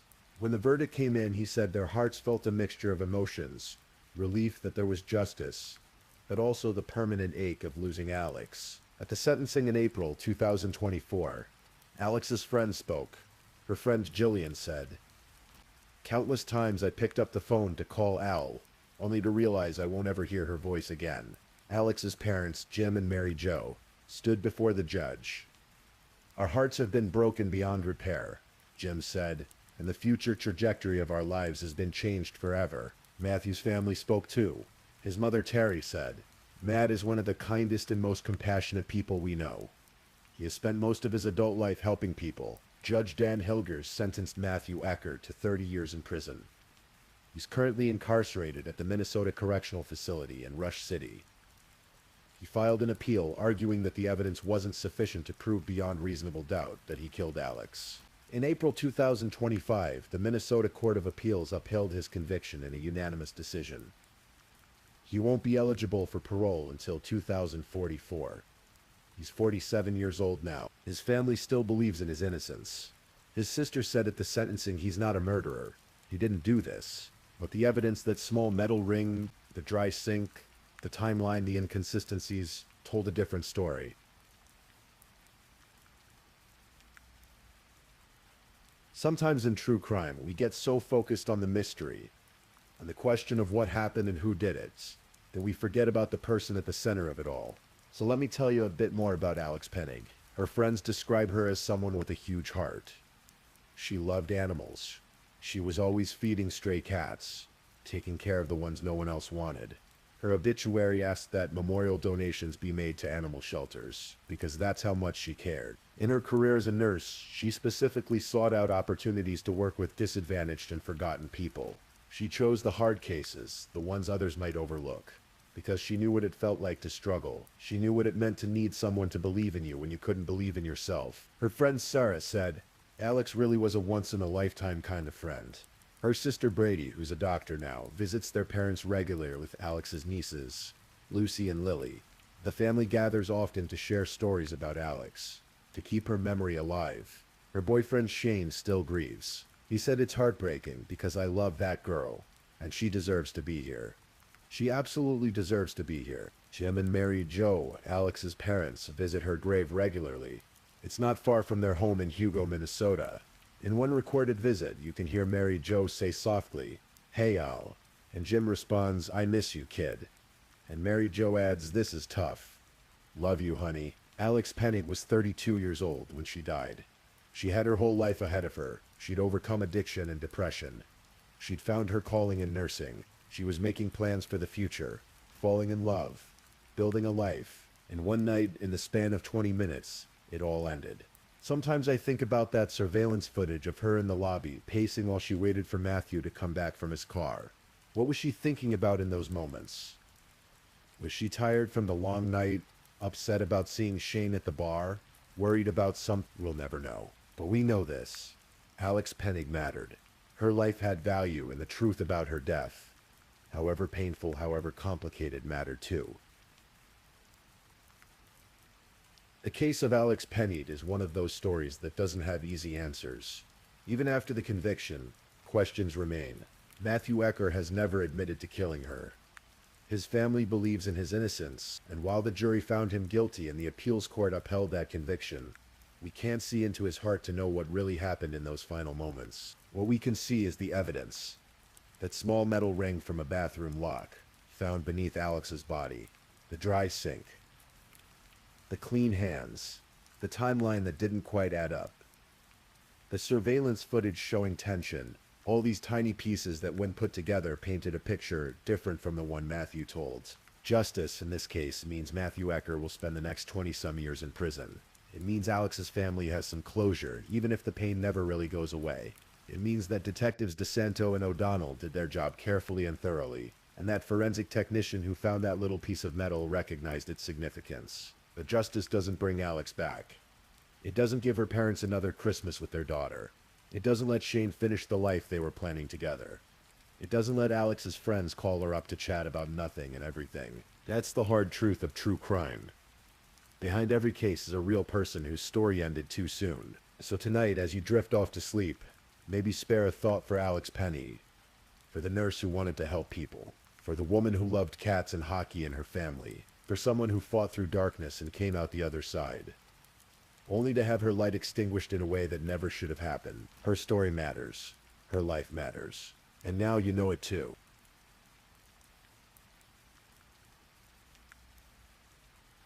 Please, I'm just putting it out there. If you're still awake and listening, drop a comment. Let me know where you're tuning in from, the time in your part of the world, or just say something to let me know you're still with me. And of course, if you haven't already, like this video and subscribe so you don't miss the next true crime story for sleep. Now, let's move on to our fourth story.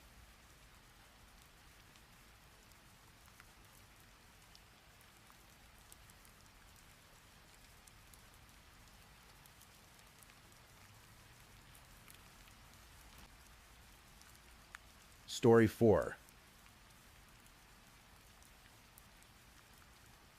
Tonight, I want to tell you about something that happened in Des Moines, Iowa.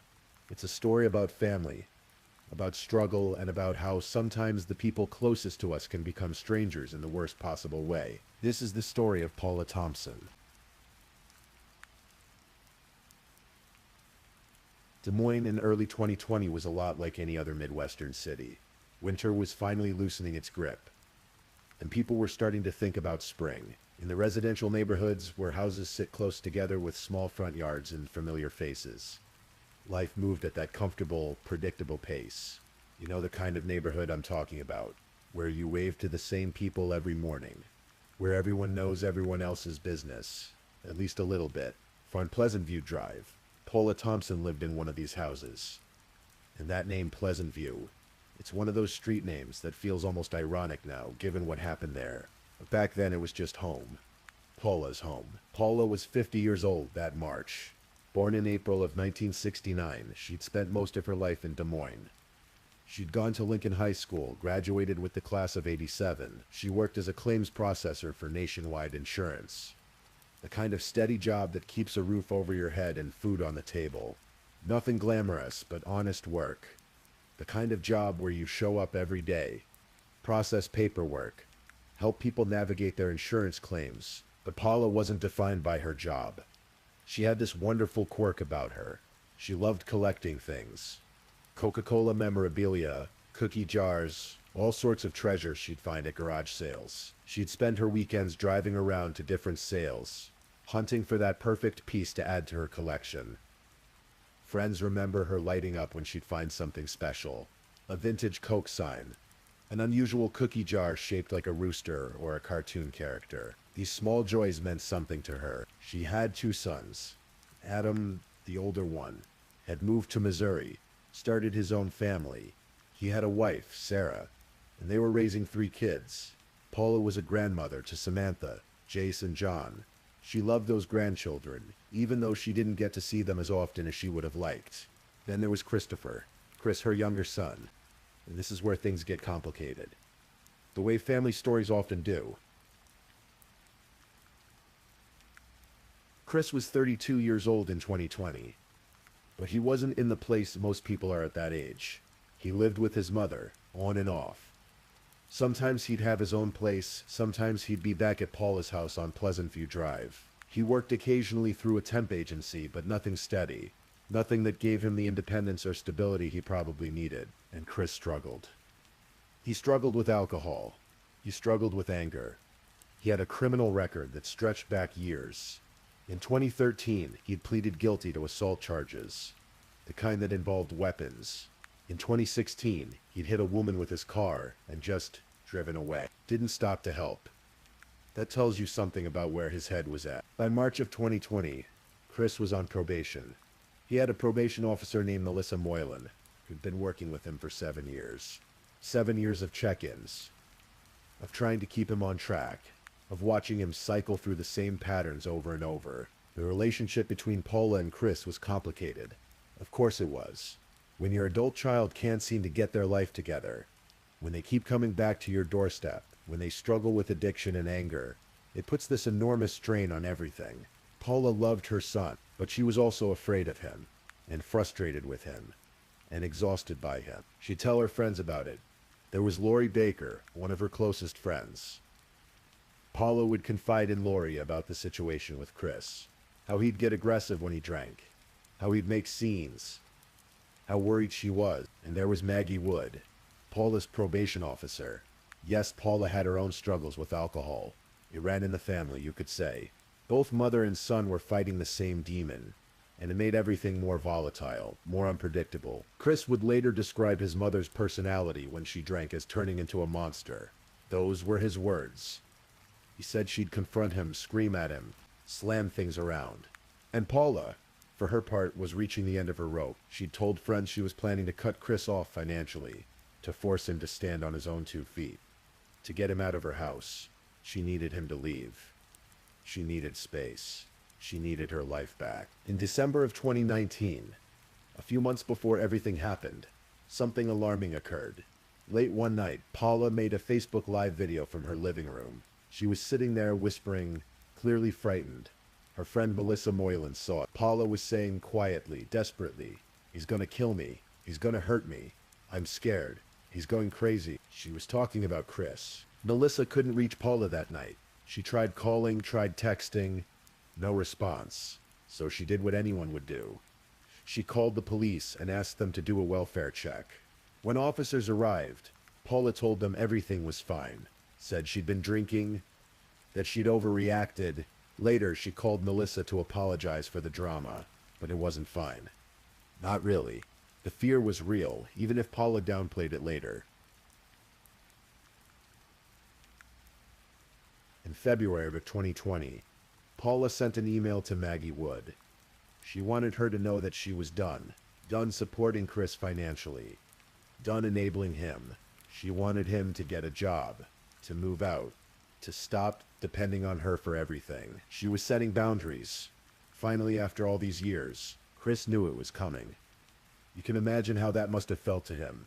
Your mother, the person who's been your safety net for your entire adult life, telling you that the net is being pulled away for someone already struggling with anger and alcohol and a sense that life wasn't fair. This was devastating. The tension in that house on Pleasant View Drive must have been unbearable. Two people, both drinking, both angry, both trapped in this cycle they couldn't seem to break. And then came March 13th, 2020. Friday the 13th. Actually, one of those dates that feels heavy with meaning after the fact, though at the time it was just another day. Earlier that day before the sun set, police had actually been called to Paula's house. She'd reported that Chris was harassing her, threatening her. He'd been outside the house, causing a scene. She was scared. The officers who responded gave her advice. Don't let him in if he's aggressive. Call 911 immediately if he comes back. Keep us on the line if you have to confront him. But Chris came back. He had a key. It was his mother's house after all. And he lived there on and off. He came back and he came inside. Both of them started drinking. It's around 10 o'clock at night now. The house is quiet except for the two of them. And they start arguing. Again. The same argument they'd been having for months. For years maybe. About his life. About his choices. About what he was doing with himself. Chris would later say that Paula was nagging him. Confronting him about wasting his life. Telling him that everything in the house was hers. That his life was. In his words, a pathetic piece of shit. Maybe she did say those things. Maybe she was drunk and angry and desperate for him to change. Maybe she'd reached her breaking point and the words just came out, harsh and cutting. Or maybe Chris's memory of it, filtered through rage and alcohol and his own feelings of inadequacy, made it worse than it was. We'll never know Paula's side of it. We only have Chris's version. What we do know is this. Chris tried to go to his room. He wanted to close the door, shut himself away from the argument. But Paula wouldn't let him close the door. She followed him, kept at him, and something inside Chris broke. He left the hallway where they'd been arguing. He walked through the house, through multiple rooms, to a staircase, and there he picked up a crowbar. A heavy metal crowbar, and he walked back to where his mother was. He hit her once. She fell to the ground, and then he stood over her, and he hit her again, and again. 7 times, he estimated later.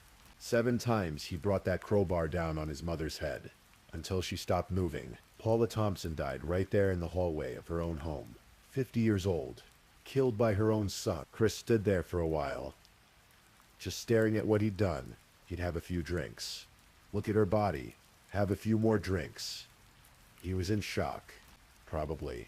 The rage had drained away and left him with this terrible, awful reality.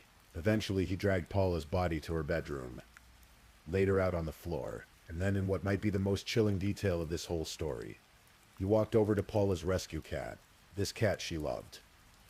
It kept her company, and he picked up that same crowbar, and he killed the cat with a single blow. When the police asked him about it later, Chris said the cat belonged to Paula. Everything in that house belonged to Paula, and he was still angry, still pissed as he put it. The cat was just another thing that was hers. He threw the cat's body in the garbage can outside. Then he cleaned the crowbar in the kitchen sink, tried to wash away the blood, and then he just stayed there, in the house, with his mother's body in her bedroom.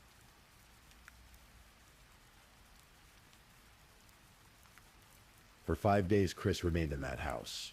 He only left twice, both times to buy more alcohol. He'd drink, try to sleep, move through the rooms, avoiding the bedroom where his mother's body lay. Can you imagine 5 days in that house? The smell, the silence, the weight of what he'd done pressing down on him. 5 days of knowing that as soon as he stepped outside and told someone, his life as he knew it would be over. Meanwhile, Paula's absence was being noticed. She didn't show up for work at Nationwide Insurance. Her coworkers tried calling, tried texting. Nothing. After a few days, they reached out to Lori Baker, Paula's friend, asked if she knew what was happening. Lori started trying to contact Paula. Messages on Facebook, phone calls, text messages. No response. So she tried calling Chris, asked him if he knew where his mother was. Chris told Lori that Paula was on a drinking binge, that she wasn't responding to anyone because she was drunk, shut away somewhere. Just leave her alone.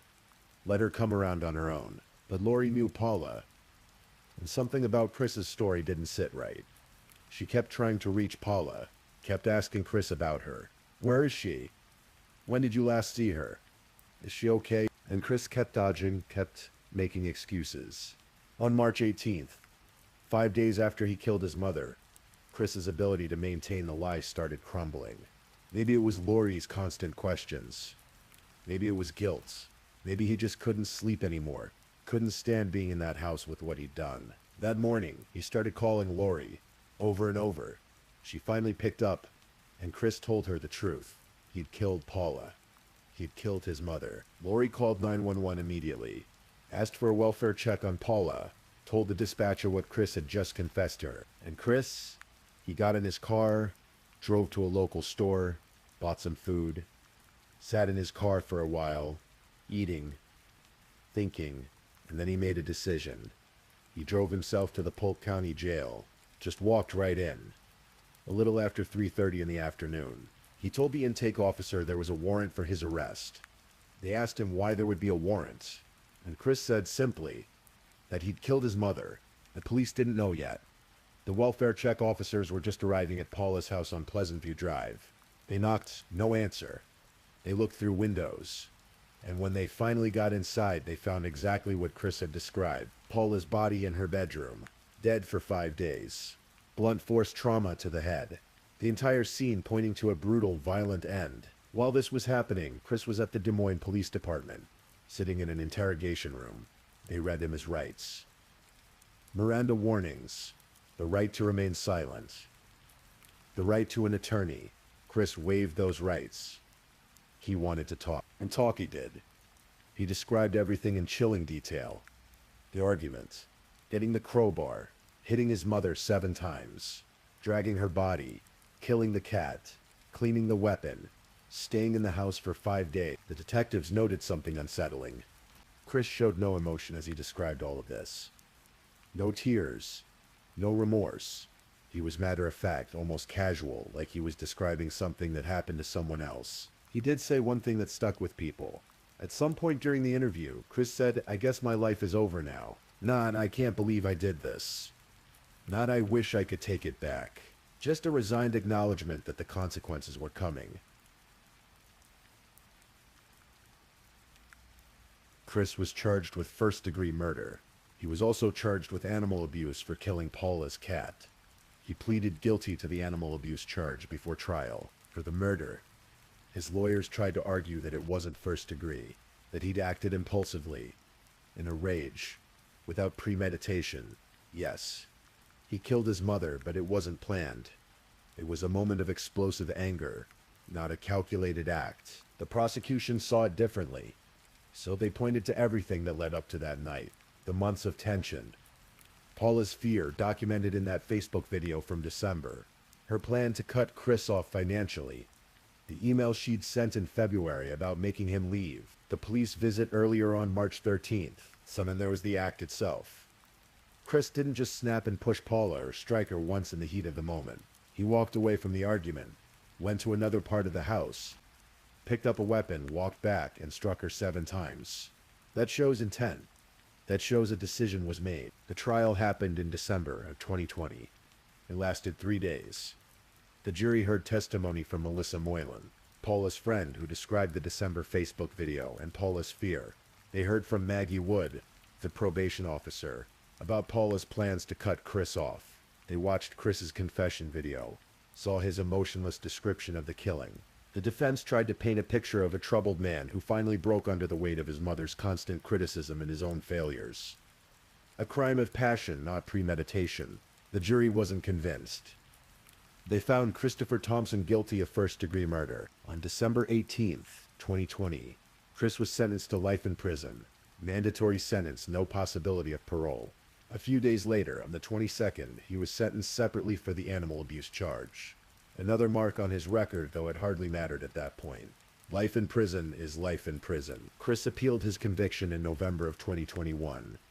He argued that he hadn't received a fair trial, that COVID-19 restrictions had compromised his attorney's ability to properly question potential jurors during selection, that the court had made errors. The Iowa Court of Appeals reviewed his case, and then the Iowa Supreme Court reviewed it. Both courts affirmed his conviction. No errors. No grounds for a new trial. The conviction stood. As of now, Christopher Thompson remains in prison in Iowa. Life sentence. He's in his mid-30s now, and he'll spend the rest of his life behind bars.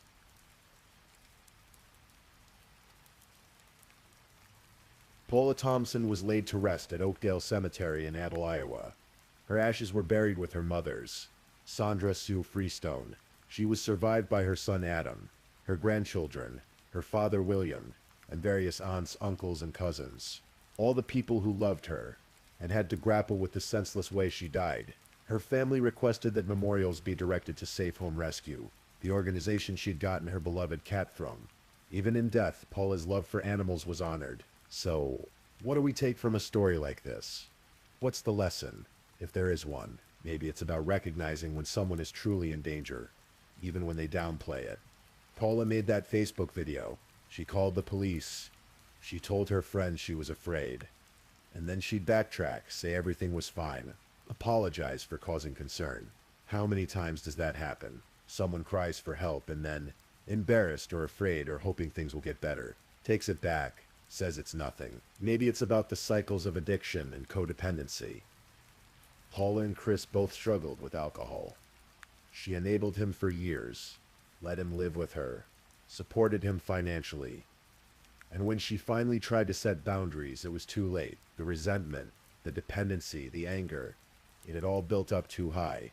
Maybe it's about mental health and anger management, and all the ways our society fails people who are struggling. Chris had a probation officer. He was in the system. People knew he was troubled, but nothing changed. Nothing intervened in time. Or maybe there's no lesson at all. Maybe it's just a tragedy. A mother and son who loved each other and hurt each other until one night, fueled by alcohol and anger and years of pain, it all exploded in the worst possible way. Paula Thompson deserved better. She deserved to grow old, to watch her grandchildren grow up, to keep collecting her Coca-Cola memorabilia and hunting for treasures at garage sales. She deserved to live. Instead, she died at 50, killed by the son she'd raised and loved and tried to help, even when she was scared of him. And Chris, he made a choice that night. Maybe he felt trapped. Maybe he felt worthless. Maybe Paula's words cut deeper than she knew. But he made a choice. He picked up that crowbar. He walked back to where she was.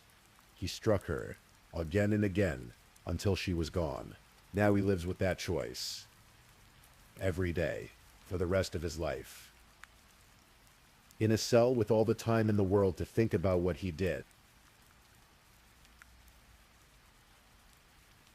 Please, if you're still awake, let's move on to our last story.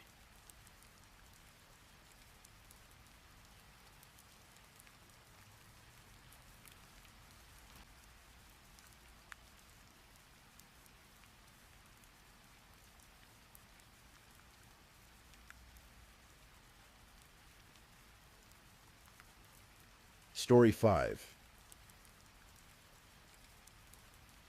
Tonight, I want to tell you a story. It's one of those stories that stays with you, not because of the violence, but because of what was lost.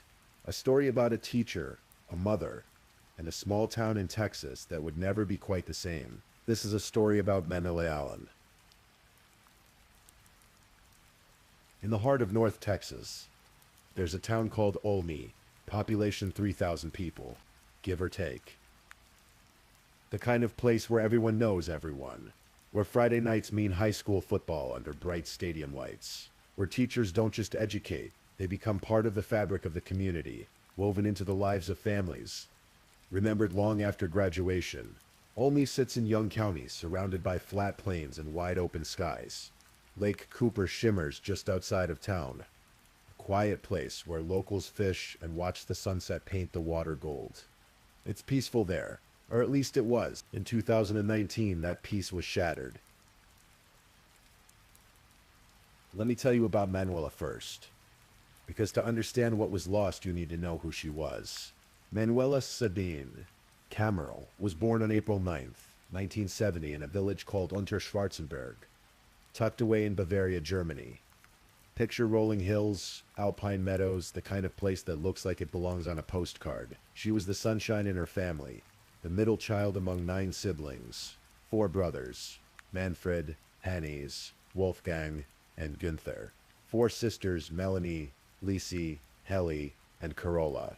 Her parents Hans and Elisabeth raised their children with love and discipline, German precision and warmth. Manuela grew up speaking German, of course, but she was fascinated by English, by other cultures, by the world beyond the Bavarian countryside. She was curious, bright, driven. When she was old enough, she made a decision that would change her life forever. She moved to the United States to study English. It was the early 1990s. Manuela arrived in America with her textbooks and her dreams, enrolling in college, determined to master the language she loved. And that's where she met him, Peter Allen. Peter was an Army veteran, a man who had seen things, been places, carried experiences that most people couldn't imagine. He was studying to become a teacher, a math teacher, solid, dependable, quietly intense. And when he saw Manuela, something shifted. He was smitten, completely taken by this bright, kind woman from Germany who spoke with an accent he found charming. They fell in love the way people do in college. Gradually, then all at once. On April 12, 1996, they got married in Las Vegas, New Mexico. Not the Vegas with casinos and neon lights. Las Vegas, New Mexico, a small town with Spanish colonial history and quiet streets. It suited them. Intimate, meaningful, far from the noise of the world. They built a life together. 2 teachers, both dedicated to education. They welcomed 4 children into the world. William, their eldest son. Then Darian, another boy. Melanie, their first daughter. And finally, Kira, the youngest. For years, they lived in Crowell, Texas, another small town. But in 2008, they moved to Olney. Peter taught math at Olney High School. Manuela taught German and English, and eventually earned her certification in special education. She also taught a writing class for 8th graders at the junior high. If you talk to anyone in Olney about Manuela Allen, they'd all say the same thing. She was kind, genuinely, deeply kind. She believed in her students, even the ones who had given up on themselves. Especially those ones. Her colleagues remembered her smile, her positivity, the way she'd ask endless questions during staff meetings, always wanting to understand, to improve, to help. She was the teacher who connected with kids when no one else could, the one who saw potential where others saw problems. Michelle Carpenter, who taught Spanish in the classroom next door to Manuela's for 10 years, described her as more than a colleague. They were friends. They had inside jokes, the kind that only makes sense when you've spent years side by side. Michelle knew about Manuela's past in Germany, her family, her journey to America. The principal, Matt Caffey, called her a connector. Said she was the teacher you went to when you couldn't reach a student, because Manuela would find a way. She loved her students fiercely. She loved her family even more.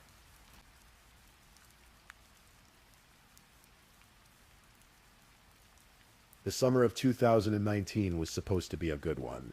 The Allens had just returned from Germany, where they'd spent a couple of weeks visiting Manuela's family. Her siblings, her nieces and nephews, the rolling hills of Bavaria that still felt like home. They arrived back in Olney in early July, settling back into their routine. Peter and Manuela, side by side the way they'd always been. July 6th, 2019 was a Saturday, an ordinary day. Peter and Manuela spent the evening together, watching television in their living room. Nothing unusual, nothing that would suggest what was coming. Manuela went to bed that night in their bedroom.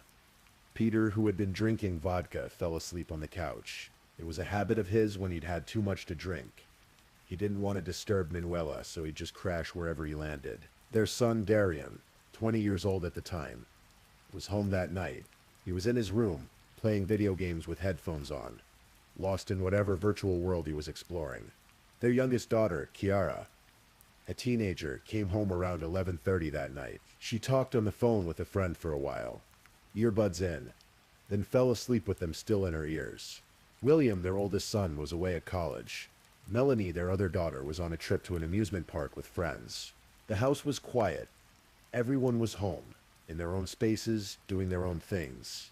The kind of unremarkable Saturday night that happens in homes everywhere. And then, sometime in the darkest hours of the night, something terrible happened. Sunday morning, July 7th, 2019. Peter was in the living room, scrolling on his computer. Kiara came in looking for her mom, asking if she'd seen her. Peter told her to check the bedroom. Kiara went to the door. It was locked. She went around to another entrance, trying to get into her parents' room. And that's when she saw it. Blood. Not just a little. A lot of blood. On the carpet, on the furniture, on the closet doors. The mattress was soaked. Blood spatter across everything. But no Manuela. Kiara screamed for her father. Peter came running. The sight that greeted him in that bedroom was something out of a nightmare. Blood everywhere. Drag marks leading toward the garage. A knife in the hallway, also covered in blood. And Manuela's white SUV was gone. Peter's mind raced. Maybe she'd cut herself, he thought. Maybe she drove herself to the hospital. It was the only explanation that made sense in those first panicked moments. He and Kiara jumped in the car and drove to the local hospital, praying they'd find Manuela there, getting stitched up alive. But she wasn't there. That's when Peter called 911. When law enforcement arrived, they knew immediately that this was more than a missing person case. The amount of blood, the violence suggested by the spatter patterns, the drag marks. This was a crime scene. Young County Sheriff Sergeant Dan Burback was one of the first responders. He'd later describe what he saw: blood splatter across the furniture, the mattress, the closet doors, drag marks clearly visible as they proceeded into the garage. A picture developed quickly, he said. Something very bad had happened. The question was, where was Manuela? The search began immediately. Officers canvassed the area, looking for any sign of Manuela or her vehicle. And that same day, just a few miles from the Allen home, they got a break. Archer County Sheriff's Lieutenant David Wilk was searching near Lake Cooper when he spotted something. A white SUV, parked near the water. He approached carefully, and his heart sank. There was blood on the side of the vehicle, bloody fingerprints inside. And then wrapped in bloody sheets near a fence by the lake, he found her. Manuela Allen, 49 years old, mother of 4, beloved teacher, wife, friend. She was gone. The autopsy revealed the brutality of what had happened. Manuela had been stabbed approximately 47 times. 47. She had tried to defend herself, defensive wounds on her hands and arms. Told that story, but the killer had been relentless. She had also been strangled. The medical examiner found fractures to her neck, consistent with asphyxiation, and after she was already dead, the killer had shot her once in the face. It was by any measure overkill. The kind of violence that spoke to rage, to something personal. The investigation moved quickly. Detectives examined the crime scene, noting the bloody footprints that led through the kitchen. The killer had clearly known where Manuela's car keys were kept. They'd gone straight to the spot where she typically stored them. This wasn't a stranger. This was someone who'd been in the house before. Someone who knew the family. Suspicion initially fell on Peter. It often does in cases like these. The spouse is always the first person investigators look at, and there were things that made them wonder. Peter's demeanor was oddly calm, almost emotionless. He and the kids didn't seem as hysterical as you'd expect. Peter had been drinking that night. He claimed he was a heavy sleeper, that he hadn't heard anything. But could someone really sleep through their wife being murdered feet away? Investigators questioned him extensively. But as they dug deeper, they couldn't find anything that pointed to his involvement. No motive. No evidence linking him to the crime. Peter was a former Green Beret. with an extensive gun collection. Yes, but nothing was missing from the house.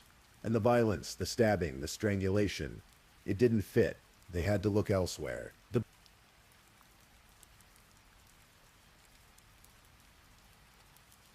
breakthrough came from an unexpected place. Sergeant Dan Burback was working on a separate case, a burglary. He went to question a young man named Corey Taylor about a stolen firearm. Taylor lived in an apartment complex in Olney. As Burback approached the building, he noticed something in the storage area, a bicycle. Burback had been thinking about that witness report, the woman who'd seen someone riding a bicycle away from Lake Cooper in the early morning hours of July 7th. Bike tire tracks had been found at the scene, leading away from where Manuela's body was discovered. On a hunch, Burback asked Taylor whose bike it was. Julius Mullins, Taylor said. Julius Mullins. 18 years old, a running back on the Olney High School football team. A student who'd had a troubled year, racking up 2 arrests earlier in 2019, one for marijuana possession, another for tampering with identification numbers and possessing drug paraphernalia. But more importantly, Julius Mullins had dated Melanie Allen, Manuela's daughter. They'd dated for a while, and Manuela had welcomed Julius into their home. She'd helped him with his homework, shown him kindness, treated him like family. Melanie would later say that her mother was extremely kind and accepting of Julius, that she tried to support him, but the relationship hadn't ended well. Julius had started getting into more fights, his grades dropping, his behavior becoming increasingly erratic. He and Melanie argued more. Finally, about 6 or 7 months before Manuela's murder, Melanie broke up with him. Julius did not take it well. When Burback brought Julius in for questioning, he noticed something immediately. Fresh cuts on Julius's arms and legs. The kind of cuts you get when you're in a violent struggle. At first, Julius denied everything.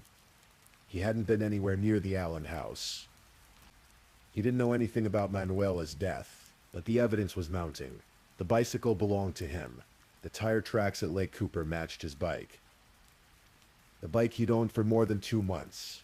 The footprints in the Allen kitchen matched the soles of his sneakers. And most damning of all, DNA evidence from the crime scene came back as a match. Blood on one of Julius's socks matched the bloody impression found on the floor of Manuela's bedroom. Confronted with this evidence, Julius's story began to change.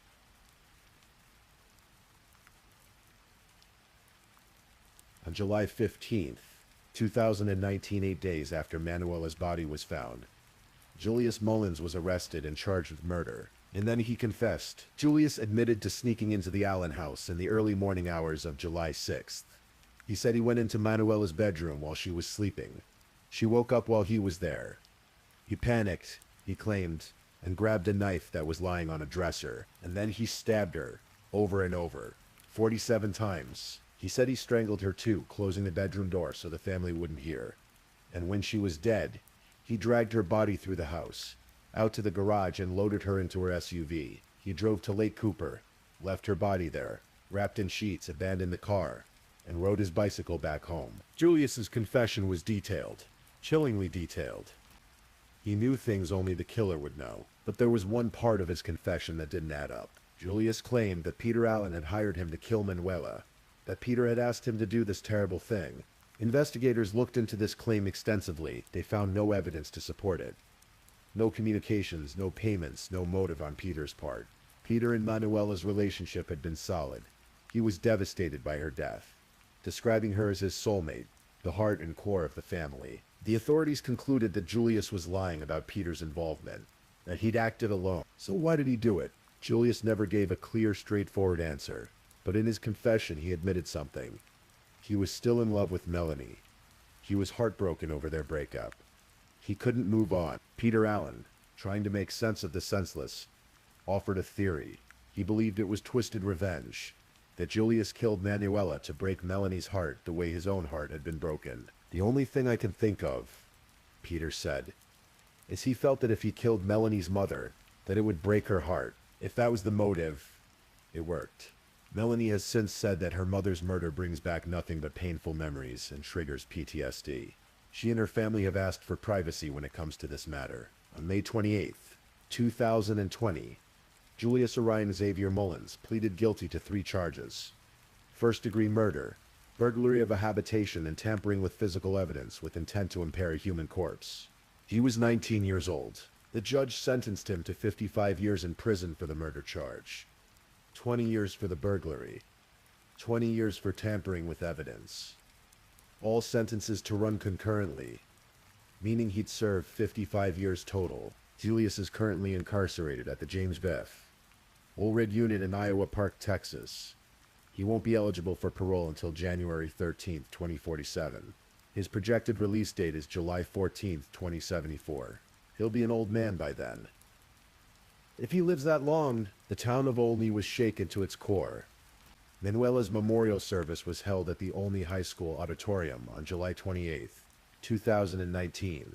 The school released a statement. "We are deeply saddened at the passing of Manuela Allen. This is a tragic loss to the staff and students of Olney High School, but even more devastating to her family, her colleagues, her students, the community.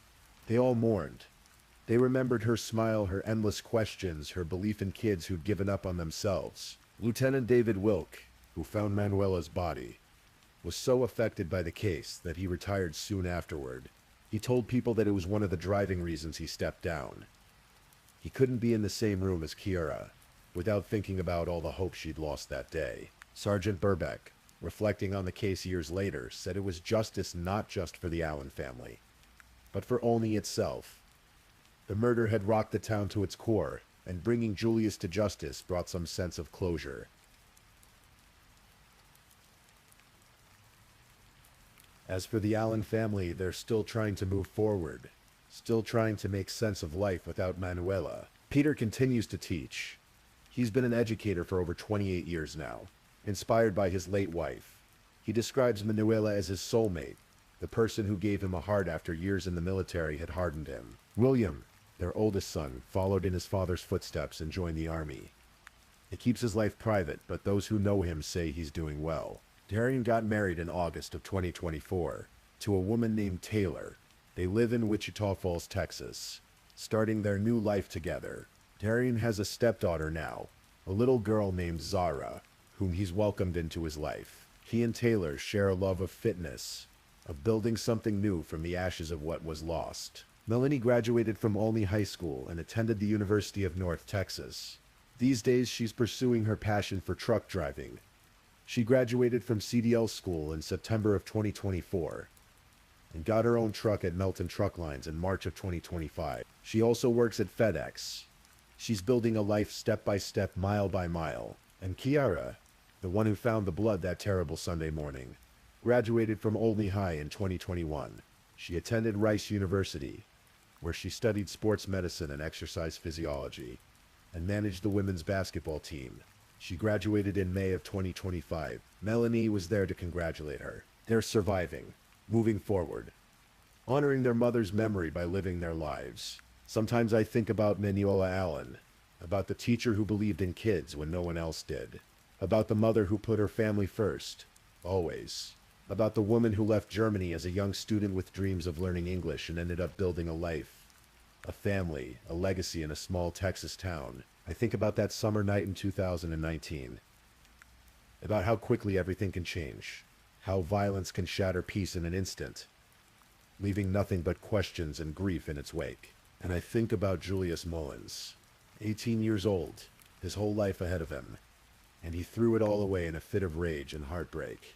He didn't just take Manuela's life, he destroyed his own. He shattered a family, he traumatized a community. For what? A breakup? A broken heart? It makes no sense. But then again, senseless violence never does. Lake Cooper is quiet again now. The water still shimmers in the Texas sun. People still fish there, still watch the sunsets. But for those who knew Manuela Allen, it will never be quite the same. That lake holds a memory now, the marker of the night a beloved teacher's life ended.